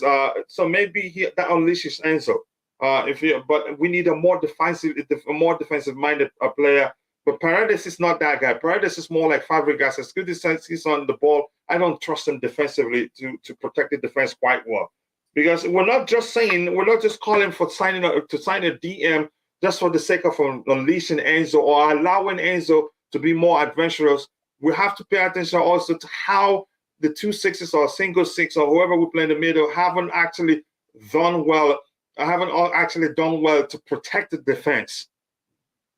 We think it's not for the sole reason of unleashing Enzo, but also to provide good protection for our defense, which we haven't seen that enough. Well, by the way, Bayern is leading 2-0 now. Second goal, Leroy signing, and Chelsea women are also leading 2-0, I think. Yeah. Keep dropping the likes on the stream, people. We need just 10 more likes to get it to 100. Why did Leverkusen stop giving Hudson-Odoi game time? I don't know. It could be for a myriad of reasons. Maybe his attitude, maybe it hasn't just worked. I don't know. I'm not their manager. Wasn't it mostly injuries though? Also, no, I think he was fit in most cases. This season, maybe it hasn't really worked. And whenever he's on the pitch, it wasn't like when he got the chance to play, he was exceptional for them. He started well, but at one point he fizzled out, and I don't know. This says that Roger, you are impressed very easy. Yeah, I'm impressed with Carney on the day, and my hope is just that I hope it's not a one-off thing. But we need to keep him. We're talking about a kid. Barcelona wanted him, and they promised him a starting place.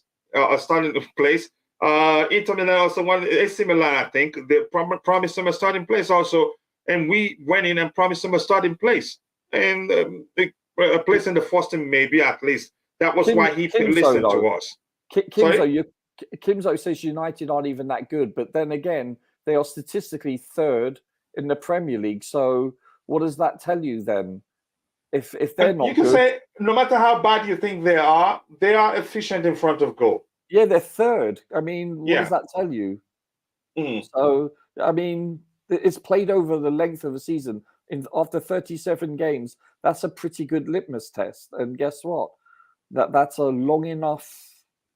How shall I put it? It's a long enough season to determine how good a team is. They're third, so I don't believe that's correct. With all due respect, Kim. So they obviously are good. Yes, they've been inconsistent at times, but guess what? They're in Champions League next year, so they're not. We're not.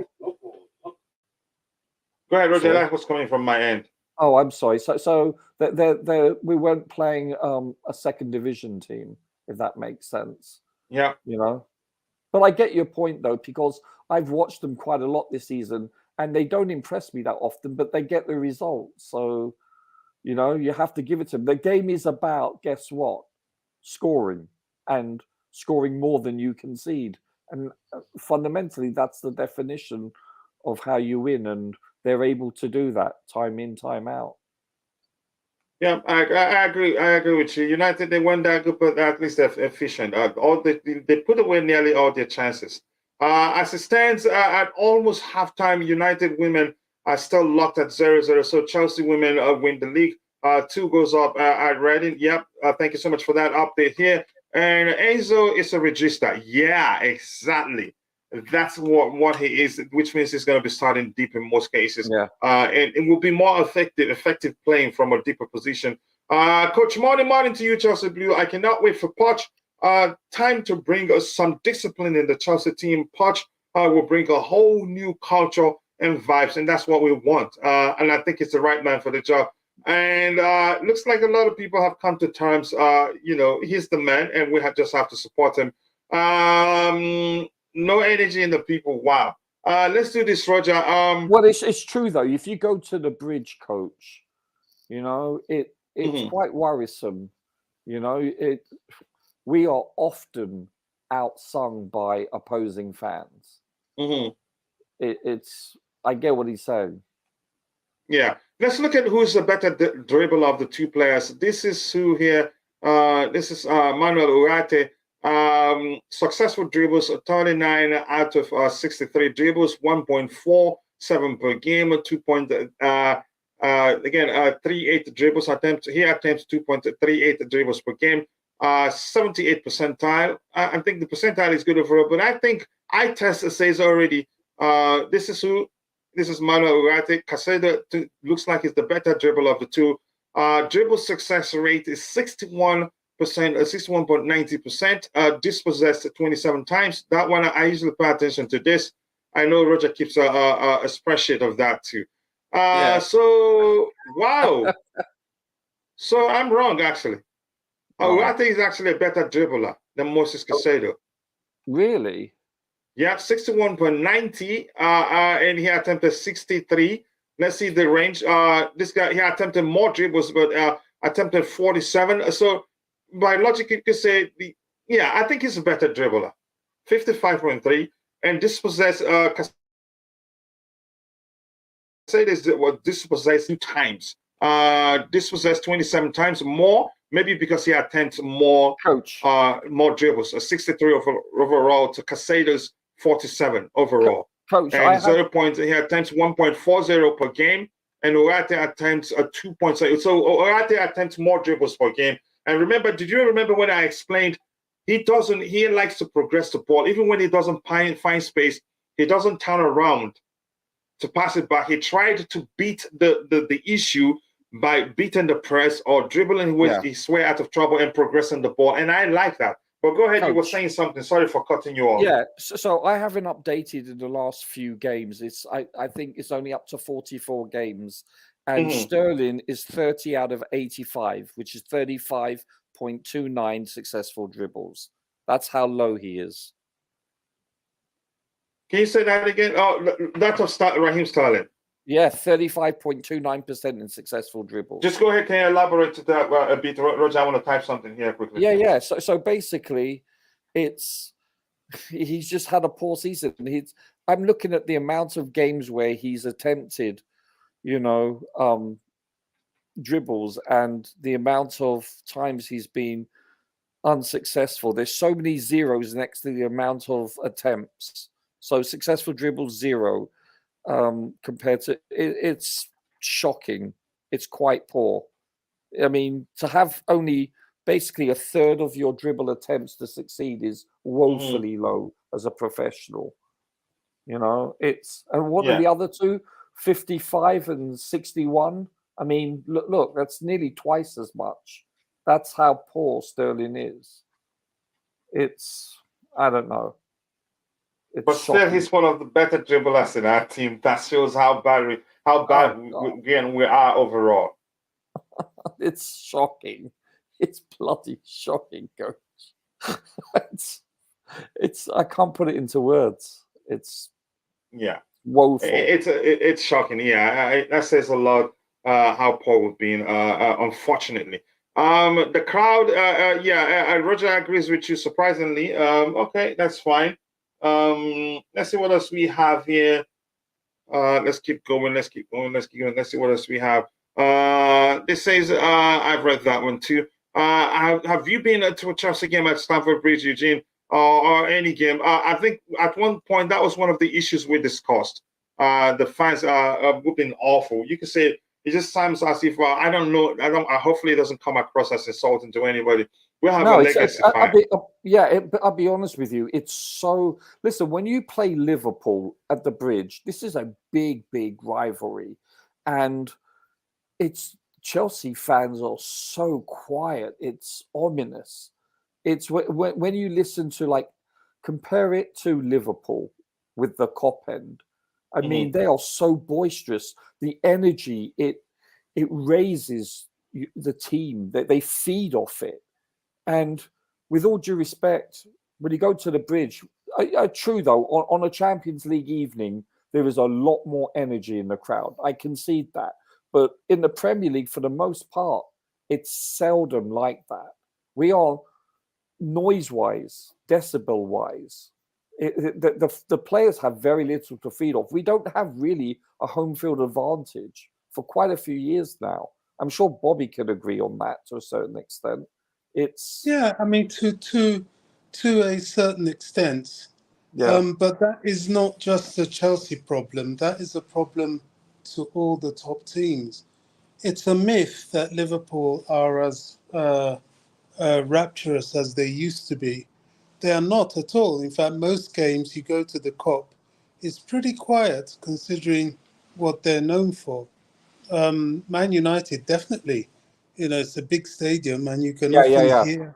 This season they've been boisterous, but you're right though. Man U have been that's under what's his name, Solskjaer. Yeah, they were quite quiet. A lot of it is the change in football culture, the commercialization of the seating, and the discouraging of we have a small stadium. Of the male fan base. Yeah. This is just a reality. There are teams in other countries that you will call ultras.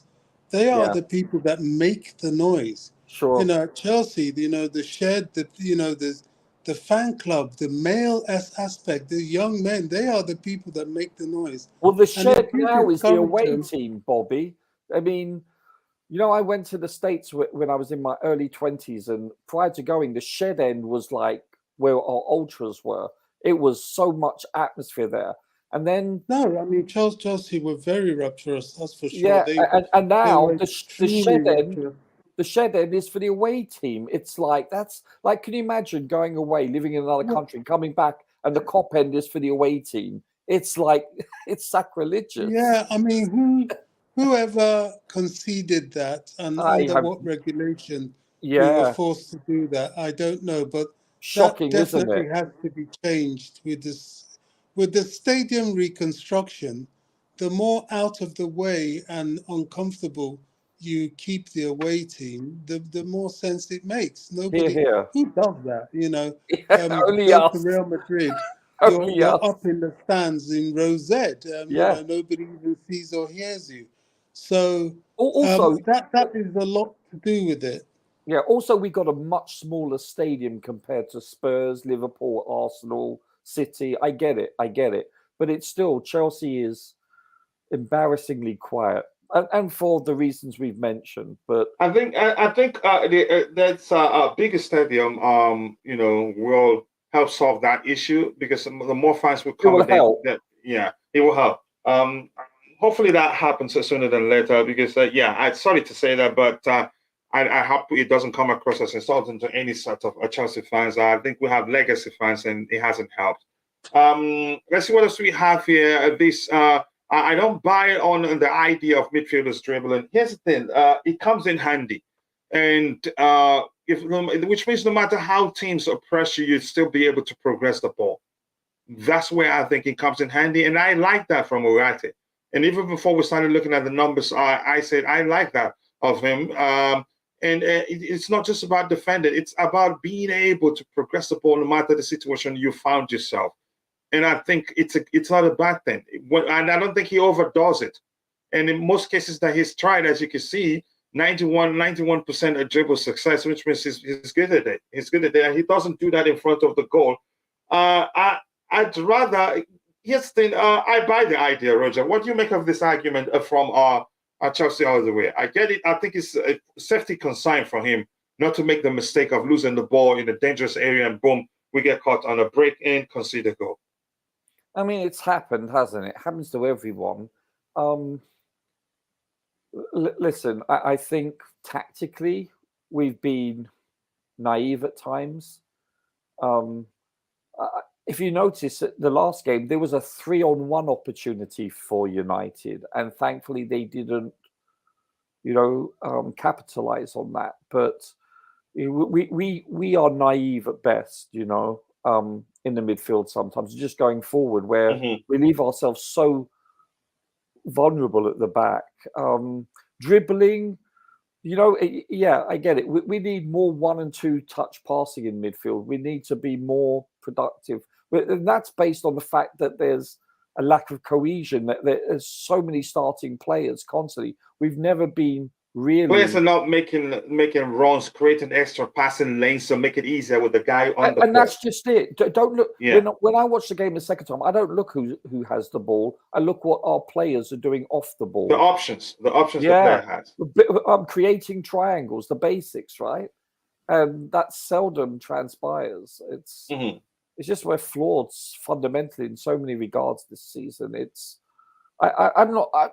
don't look body language wise. They don't look like they've mailed the season in, but they have in some ways.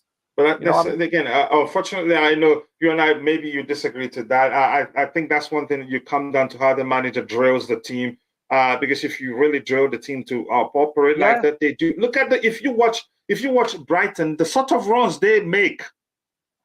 Yeah. Even the best defense in the world will struggle to keep them, because it's not about an individual player. More importantly, the runs they make in behind and everywhere, the passing lanes they create for the teammate whenever one plays on the ball. They outplayed Man City. Yeah, they drew. At the time in the game, they outplayed Man City. City couldn't do anything. But that was a delicious game to watch. But go ahead, Roger. Apologies again for cutting you off. Yeah, no. I mean, that's just a perfect example, of a Brighton, of a City. I mean, I know they're the gold standard, but let's be honest. So I watch every Chelsea game, and then occasionally, well, not more occasionally, I'll watch a lot of like a Liverpool, United, City games, Arsenal, Spurs, usually the top 6. And then I compare. When I'm watching them, I'm like, wow, we are nothing like them. How they play as a team collectively, and it's lacking for us, isn't it? It is. And then when we do create chances, we don't finish them off. That's the thing. The good news is that we've been creating chances, not as much as under Tuchel, who I believe led the Premier League in creating chances, but we've at least see. This is the death of a team, is when you're not creating chances. You usually see that in teams that are getting relegated. That hasn't been the issue for us for the most part. The issue has been converting those chances, and therein lies the issue. Yeah, I agree with you. Let me get what else we have in the chat here.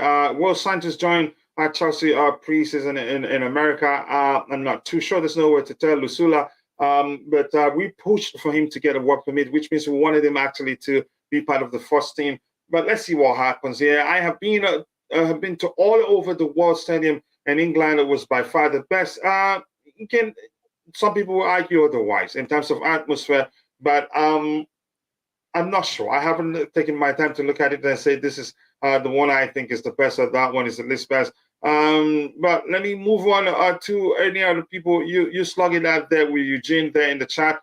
Glenn 10 and Glenn, I'm not sure who suggested this name to you, but I really do like it. It rhymes. Our atmosphere has been tainted by decades of winning, followed by a disaster that nearly ruined the whole club. I think that's a solid argument.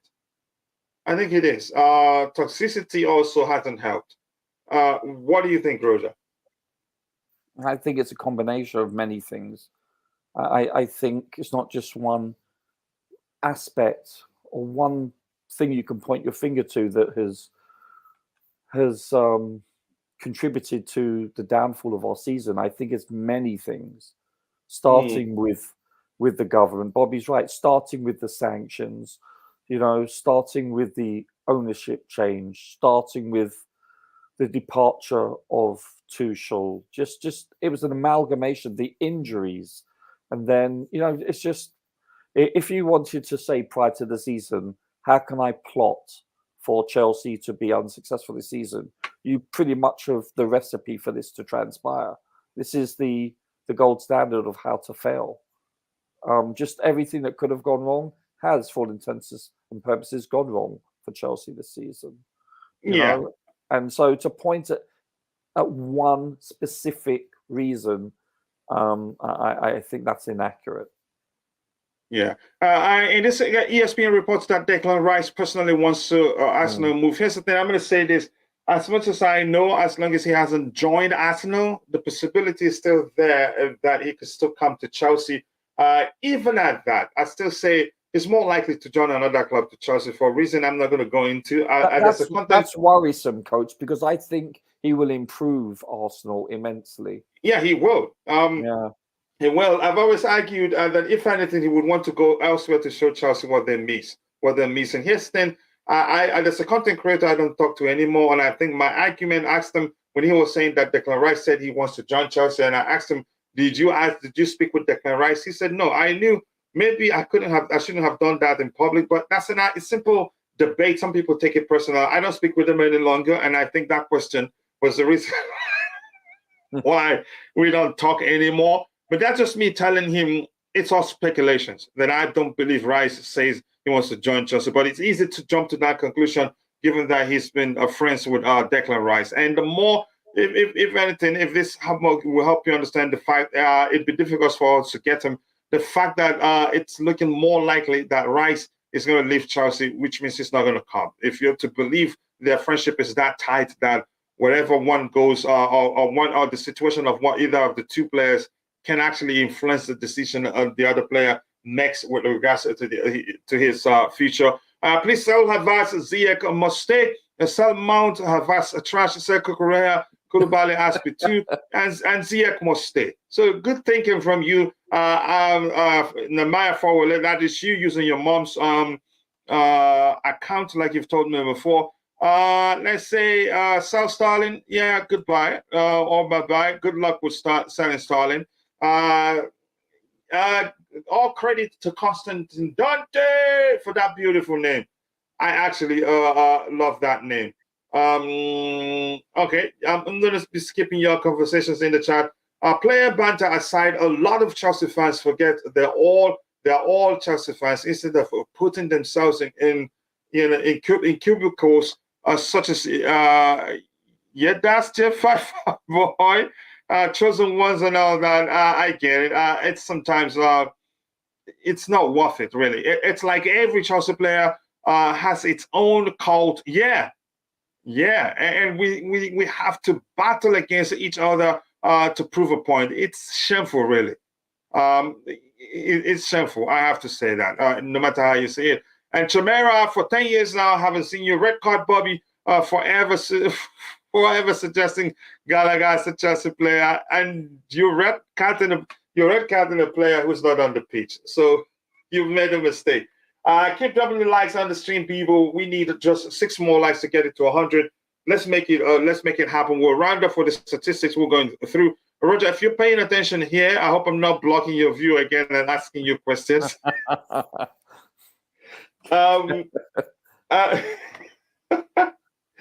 As you can see here, the statistics with regards to the yellow cards and red cards and foul starts shows that this is reflective of how aggressive Ugarte is, his aggressive approach to the game. For this is, you can see a bit less in every department in terms of defending. So let's go to defending proper in terms of discipline. I think that's overall term for it. Let's look at defending, which will show us which of the two players will protect the defense better. We have this. Okay. Okay, goals considered. Should we look at that too, Roger? What do you think? Yeah, I mean, possibly. I mean, okay, 0.08 per game, 21 in total, 43 in total, 1.25. Yeah, I think the goal considered, to me, I wouldn't pin that on individual player. That's why I asked you whether we should do that. Because it all depends. It could be a collective breakdown. It could be an individual that's, it's a bit misleading, but I get it. Yeah, it can be misleading. Clean sheets we wouldn't look at. No. Tackles, yeah, that's important. Tackles, Ugarte averages 4.45 tackles per game, 99 percentile, but how many are successful, we'll find out. Tackles is 94 in total for Moises Caicedo, 2.80, 92 percentile. So in total tackles, Ugarte tries more. That's what we're seeing there. And let's compare how many minutes played, 1/3 minutes per goal. Okay, that's no. In total minutes, I don't want to go up there. It's going to take me hours to get down here. Interceptions, 53 for Ugarte, 2 interceptions per game. Interceptions, 48 per game for 48 in total, so to speak, and 1.43 per game, 85th percentile. So more interceptions for Ugarte. Ground duels won 405, 15.28 per game. That's a lot. Yeah, it is. Is it close to it? Let me see. Ground duels won 352 in total, 10.54 per game. It's pretty close, but 5 is a lot of difference. So if we're gonna go for the best, then it's Ugarte. Yeah. Coach, what's the height difference between these two? But okay, yeah, I'll check that in a bit. And actually, that what we looked at is actually that is not ground duels won. We're just taking ground duels total. Yeah. So let's see, ground duels won for Ugarte is 227, 8.56 per game. That's good. So that's still good. Ground duels won, he still beats him. It's 6.08 per game for Caicedo. So he still beats him in that department. Aerial duels 34.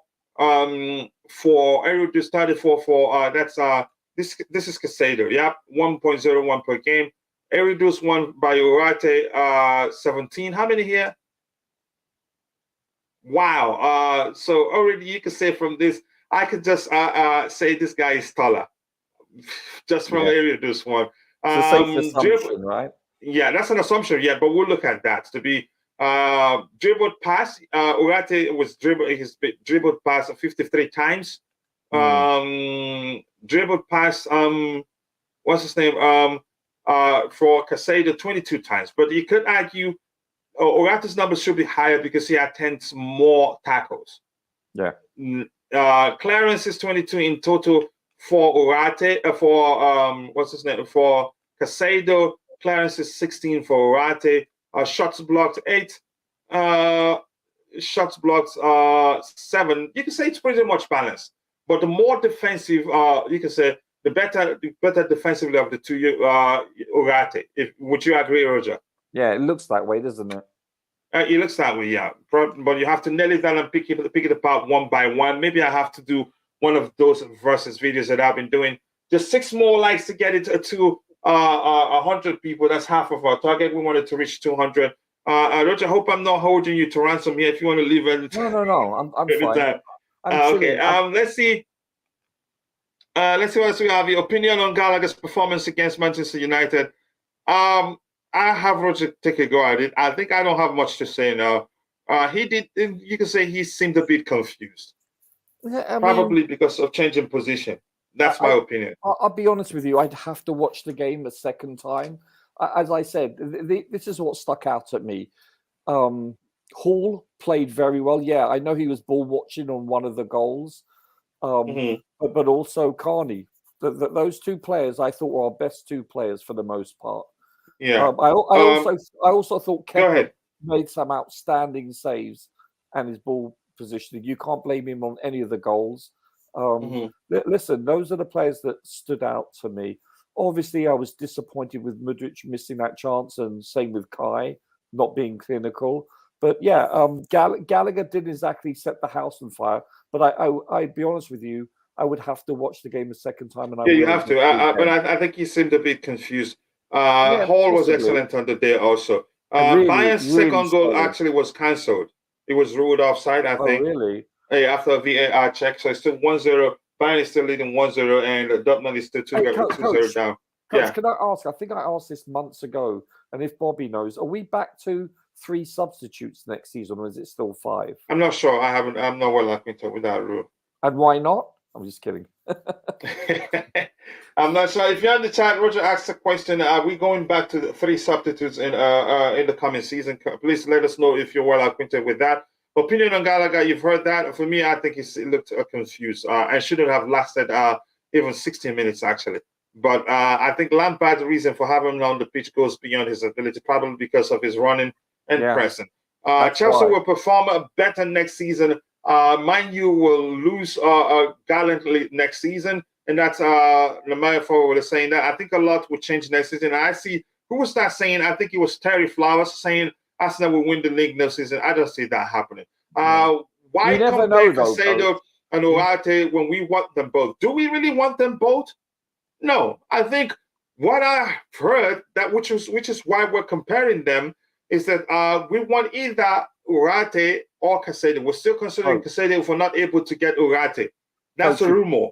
And we shouldn't be able to compare them because Caicedo is actually more of box-to-box midfielder. If anything, he's able to fulfill the Kovacic role, a hybrid of 8 and 6. Go ahead, Roger. Yeah, buy 2, get 1 free, no? Yeah. Maybe that's the case. But no, I don't think we want them both. Yeah. Really, we don't. Yeah, that's what I've heard.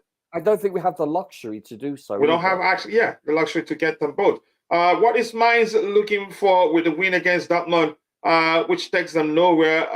It's a club pride, maybe, if you want to see it that way. So you just want them to just stay and take a beating, from Dortmund and help them win it. Then it wouldn't make sense. I don't get what you're asking there. Dortmund are doing the best Arsenal impression. It's not over yet. The second half just started a few minutes ago. So correct me if I'm wrong. I think they can still come back and win it. I wouldn't say it's over yet. And they've proven they have a strong mentality until. And I wouldn't say it's over yet. Glenn Ten, that name I like so much. He heard Ugarte would really like to play in the Premier League. That's the only advantage we have, and I've heard that too. Might give us the advantage against PSG because we won't beat them financially, I'm afraid. Yeah, you could say that, but I think their biggest problem is that they're borderline in trouble again with the FFP rules. So that's why they're actually fighting to get a payment structure. Yeah, if not before, if it wasn't for the FFP issues, how much they spend, the issues they've had, they'll just pay for him straight up.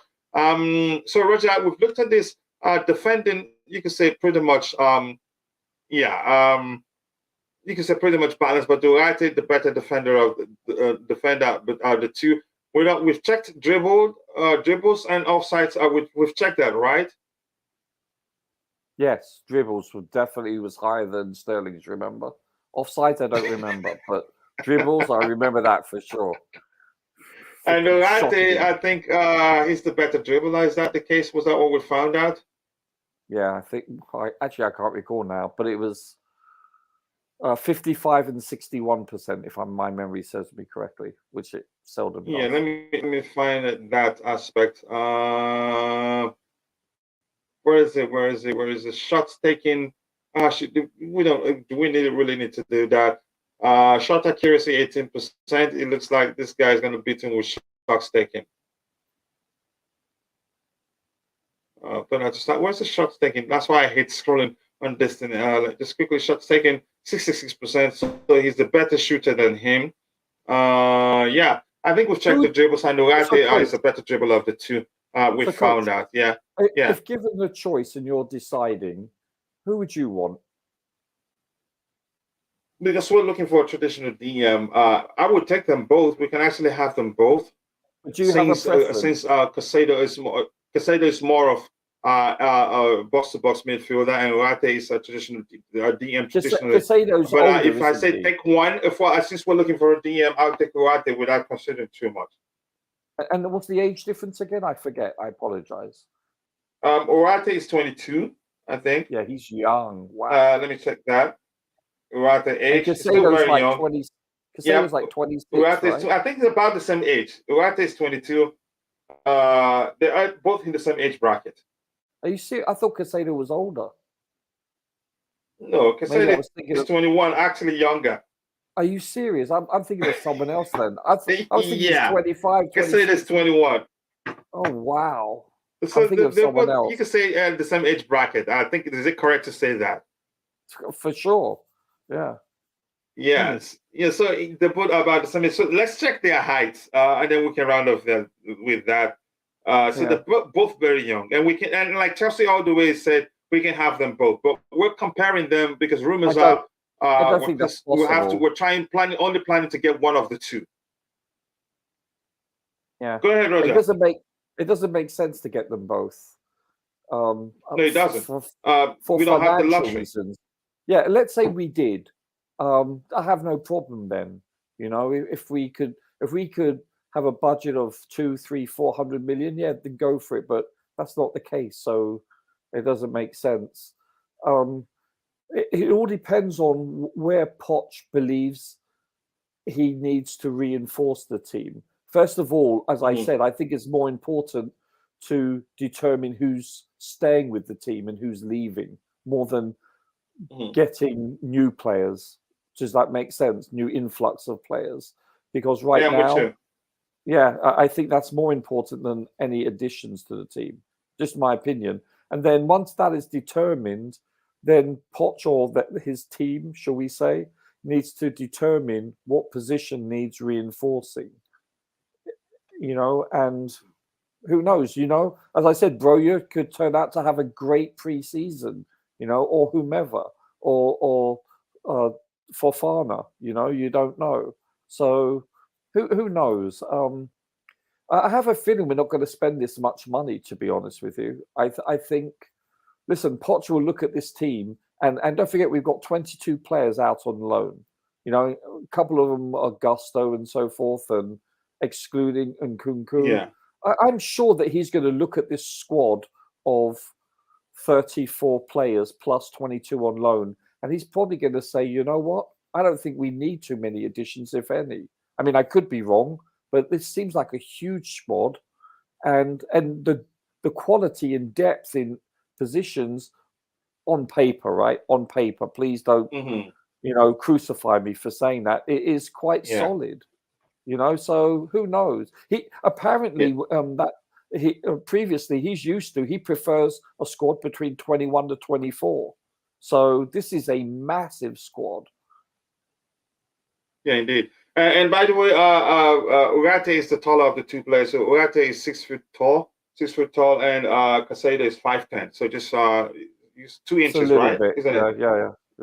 Yeah, just 2 inches. Yeah.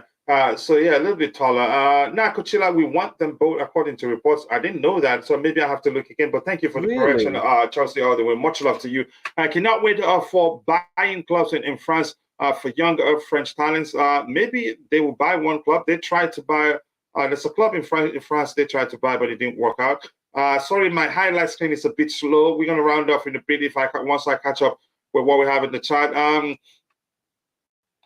Let's see what else we have here. What do we have? Come on.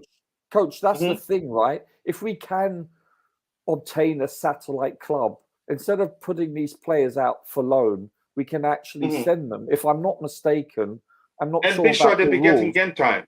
Yes, exactly. And that team will have their players in our best interest, if that makes sense. You know? So I think that's imperative. And I think for us to take it to the next step, that may be essential. Let's see this. Where are the Mudryk fanboys? How many how many given time and he's still adapting excuses are we? How much time have you given him? Chimera, if we're being honest here, how much time have you given Mudryk and how many times has he played? Not playing alone can be detrimental to a player's confidence. If you want to bring up that argument. But again, that's big up to you, Chimera, by the way. I don't think it's time yet. It doesn't make any sort of sense to argue right now that Mudryk is a bad signing. For how many matches, how many games has he started? If we're being honest, that's just my opinion. But you are entitled to your opinion too. It's far too premature to really come to a conclusion on virtually everyone that we've acquired in January. You know, it's way too early. Let's have a look, Coach. Way too early. And I have to say this: as much as I like Pulisic, I'm not saying we're not losing Pulisic over him. They're two different types. They play differently. Actually, with the exception of Badiashile and João Felix, you know, actually Madueke also, he's got a lot of playing time, and Enzo. Gusto, we know nothing about. You know, Mudryk, he hasn't played that much. Santos, we don't know about, and David Fofana, I mean, I've seen him for like 32 seconds this season. There's certain players that we just haven't been afforded the luxury of game time this season. Mm-hmm. When they have coach, they've been playing in quite a poor team. Let's be honest, where we've been not in form, and we've gone through 2.5 managers. So I think it's way too premature. It's not fair for us to judge them in this regard. That's just my opinion. I mean, I think it's way too premature. Yeah, I think I have to agree with you, really. Oh, no, that's illegal, Coach. No, give him a season, seriously, under Poch. Give him a full season under Poch and a pre-season and see what happens, right? And Roger, here's the thing. Chimera just pulls up a red card for you.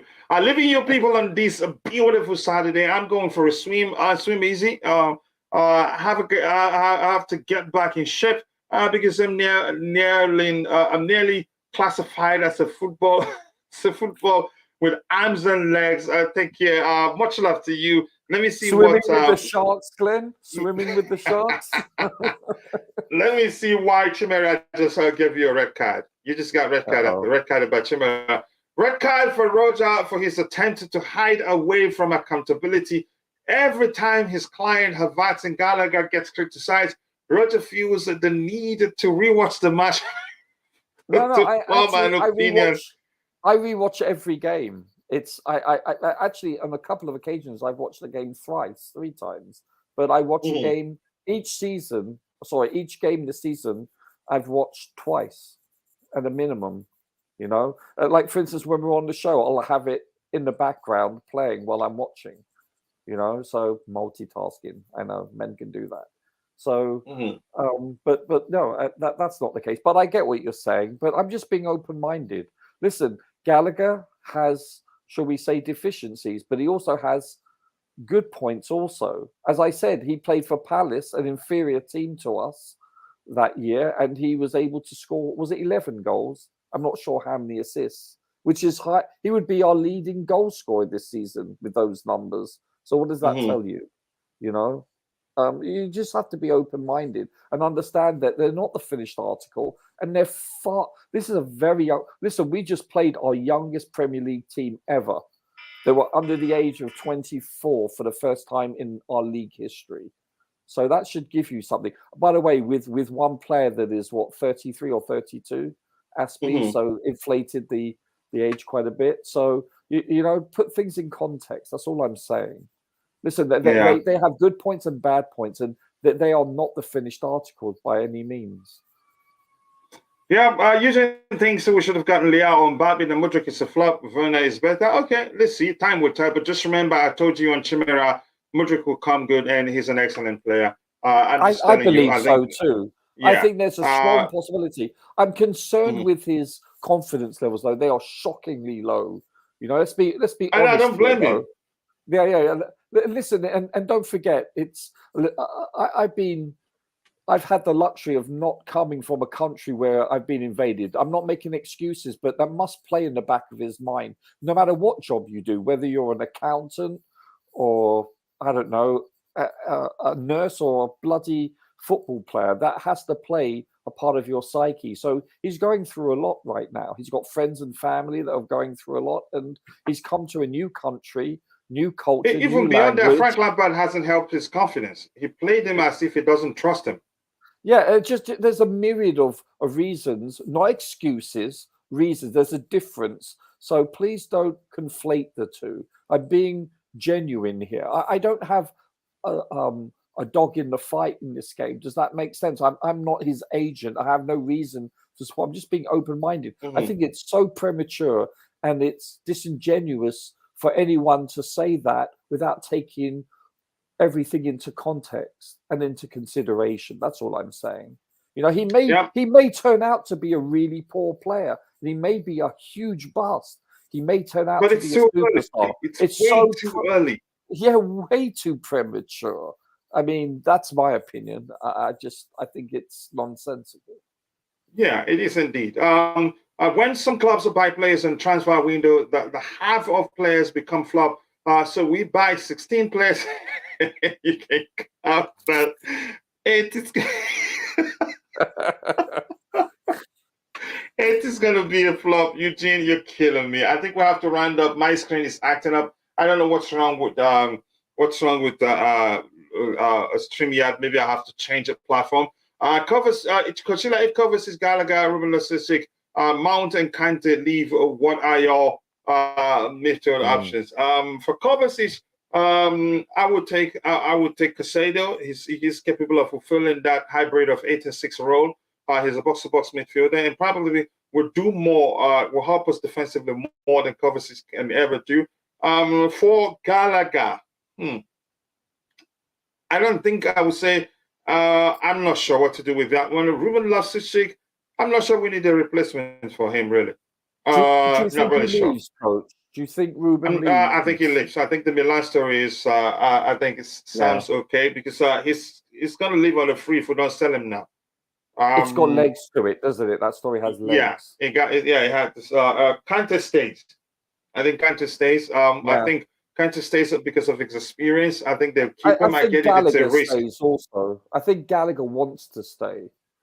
Possibly. There's no talent. But we can look at it and find one reason or the other and say they're going to leave. So it's hard to tell. But for more importantly, Kovacic, I'll take what's his name? I'll take Caicedo. For Kante, I'll take Ugarte. Ugarte is good. And you can say has more to his game to actually than Kante. Glenn Tensi, you letter people. Unfortunately, I'm having issues highlighting highlighting the comments. So with that, I think I'm going to end as soon as possible because it's not working properly right now. I'm sure this is not of the system. Probably the software itself is where the issue is coming from. Piranha Roja, cheers for the stream. Keep smashing the like button, people. Just 6 more likes to get it to 100. It just looks like as if it's not going to happen. That's funny. Have a good one, mate. Let me tell you how good Nkunku is. The top scorer of the Bundesliga has 16 league goals, and Nkunku, who was sidelined for more than 2 months, has 15. That shows you how efficient he is in front of goal. Yeah. So could have scored more had it not been that he's been out for a while. Roger is just a lover, not a fighter. That's him making excuses for you. What else do we have here? Based on the argument on Mudryk coming good in the future, so is every other player. You can argue that every other player that hasn't gotten as much time as just as him. Then you can put out some argument for all of them. But that's, by the way, Roger, any other thing you want to talk about so we can call it a day? We've been streaming 4 hours and 5 minutes, so we should round up now. Yeah, no problem. Yeah, it's gone fast. No, I totally understand. Man, you just scored, by the way. A beautiful goal. Wow. No, it's been an interesting show. Listen, I believe that this midfield needs to be rebuilt. I fail to see us getting in the top 7 without a full rebuild in the midfield. It's that simple. Enzo cannot play every game. If we do that, we're going to be abusing him just like we did with Kante. You know, I know he's young, but we need good people around him, and he needs to build a chemistry. This is the engine room of the team, and it needs to be rebuilt. And either one of these players, I think, will be welcome at Chelsea. If we can get both, that'll be a blessing. But we're going to have to probably lose quite a few players for that to happen. So yeah, it's been a good show. It's a good comparison of the players, coach. Yeah, I think it makes sense to compare them since we won. I think my thought was that we won either of the two, not both of them. And Chelsea all the way argued that we won them both. But with that, we've come to the end of the show. I want to say thanks to Roger, thanks to everyone in the chat. Apologies, I can't highlight the screen. It's given me a big problem. Lusala, always nice to see you. Chelsea all the way, thank you for all the excellent contributions in the chat. I appreciate that. Thank you to, wow, I'm still struggling. I think it's kind of slow. I'm not sure why that is the case. 94 likes. If we can get 60 by the time I finish the end, what do I even call it? End the show. Maybe we can get that. If not, yeah, it's still 96 is still an excellent, excellent, you can say, number in terms of likes. Take care, guys. Until next time, Constantin Dante. See you next time. And my bro, the blue certificate. Big up to you. Always nice to see you. Constantin Dante once more again. Much love to you, Eugene. Much love to you. Sorry I'm not able to switch to highlight the screens. It's giving me an issue. Constantin, much love to you. See you guys next time. God bless us all and bye. Thanks, coach. More thanks to you, Roger. Cheers.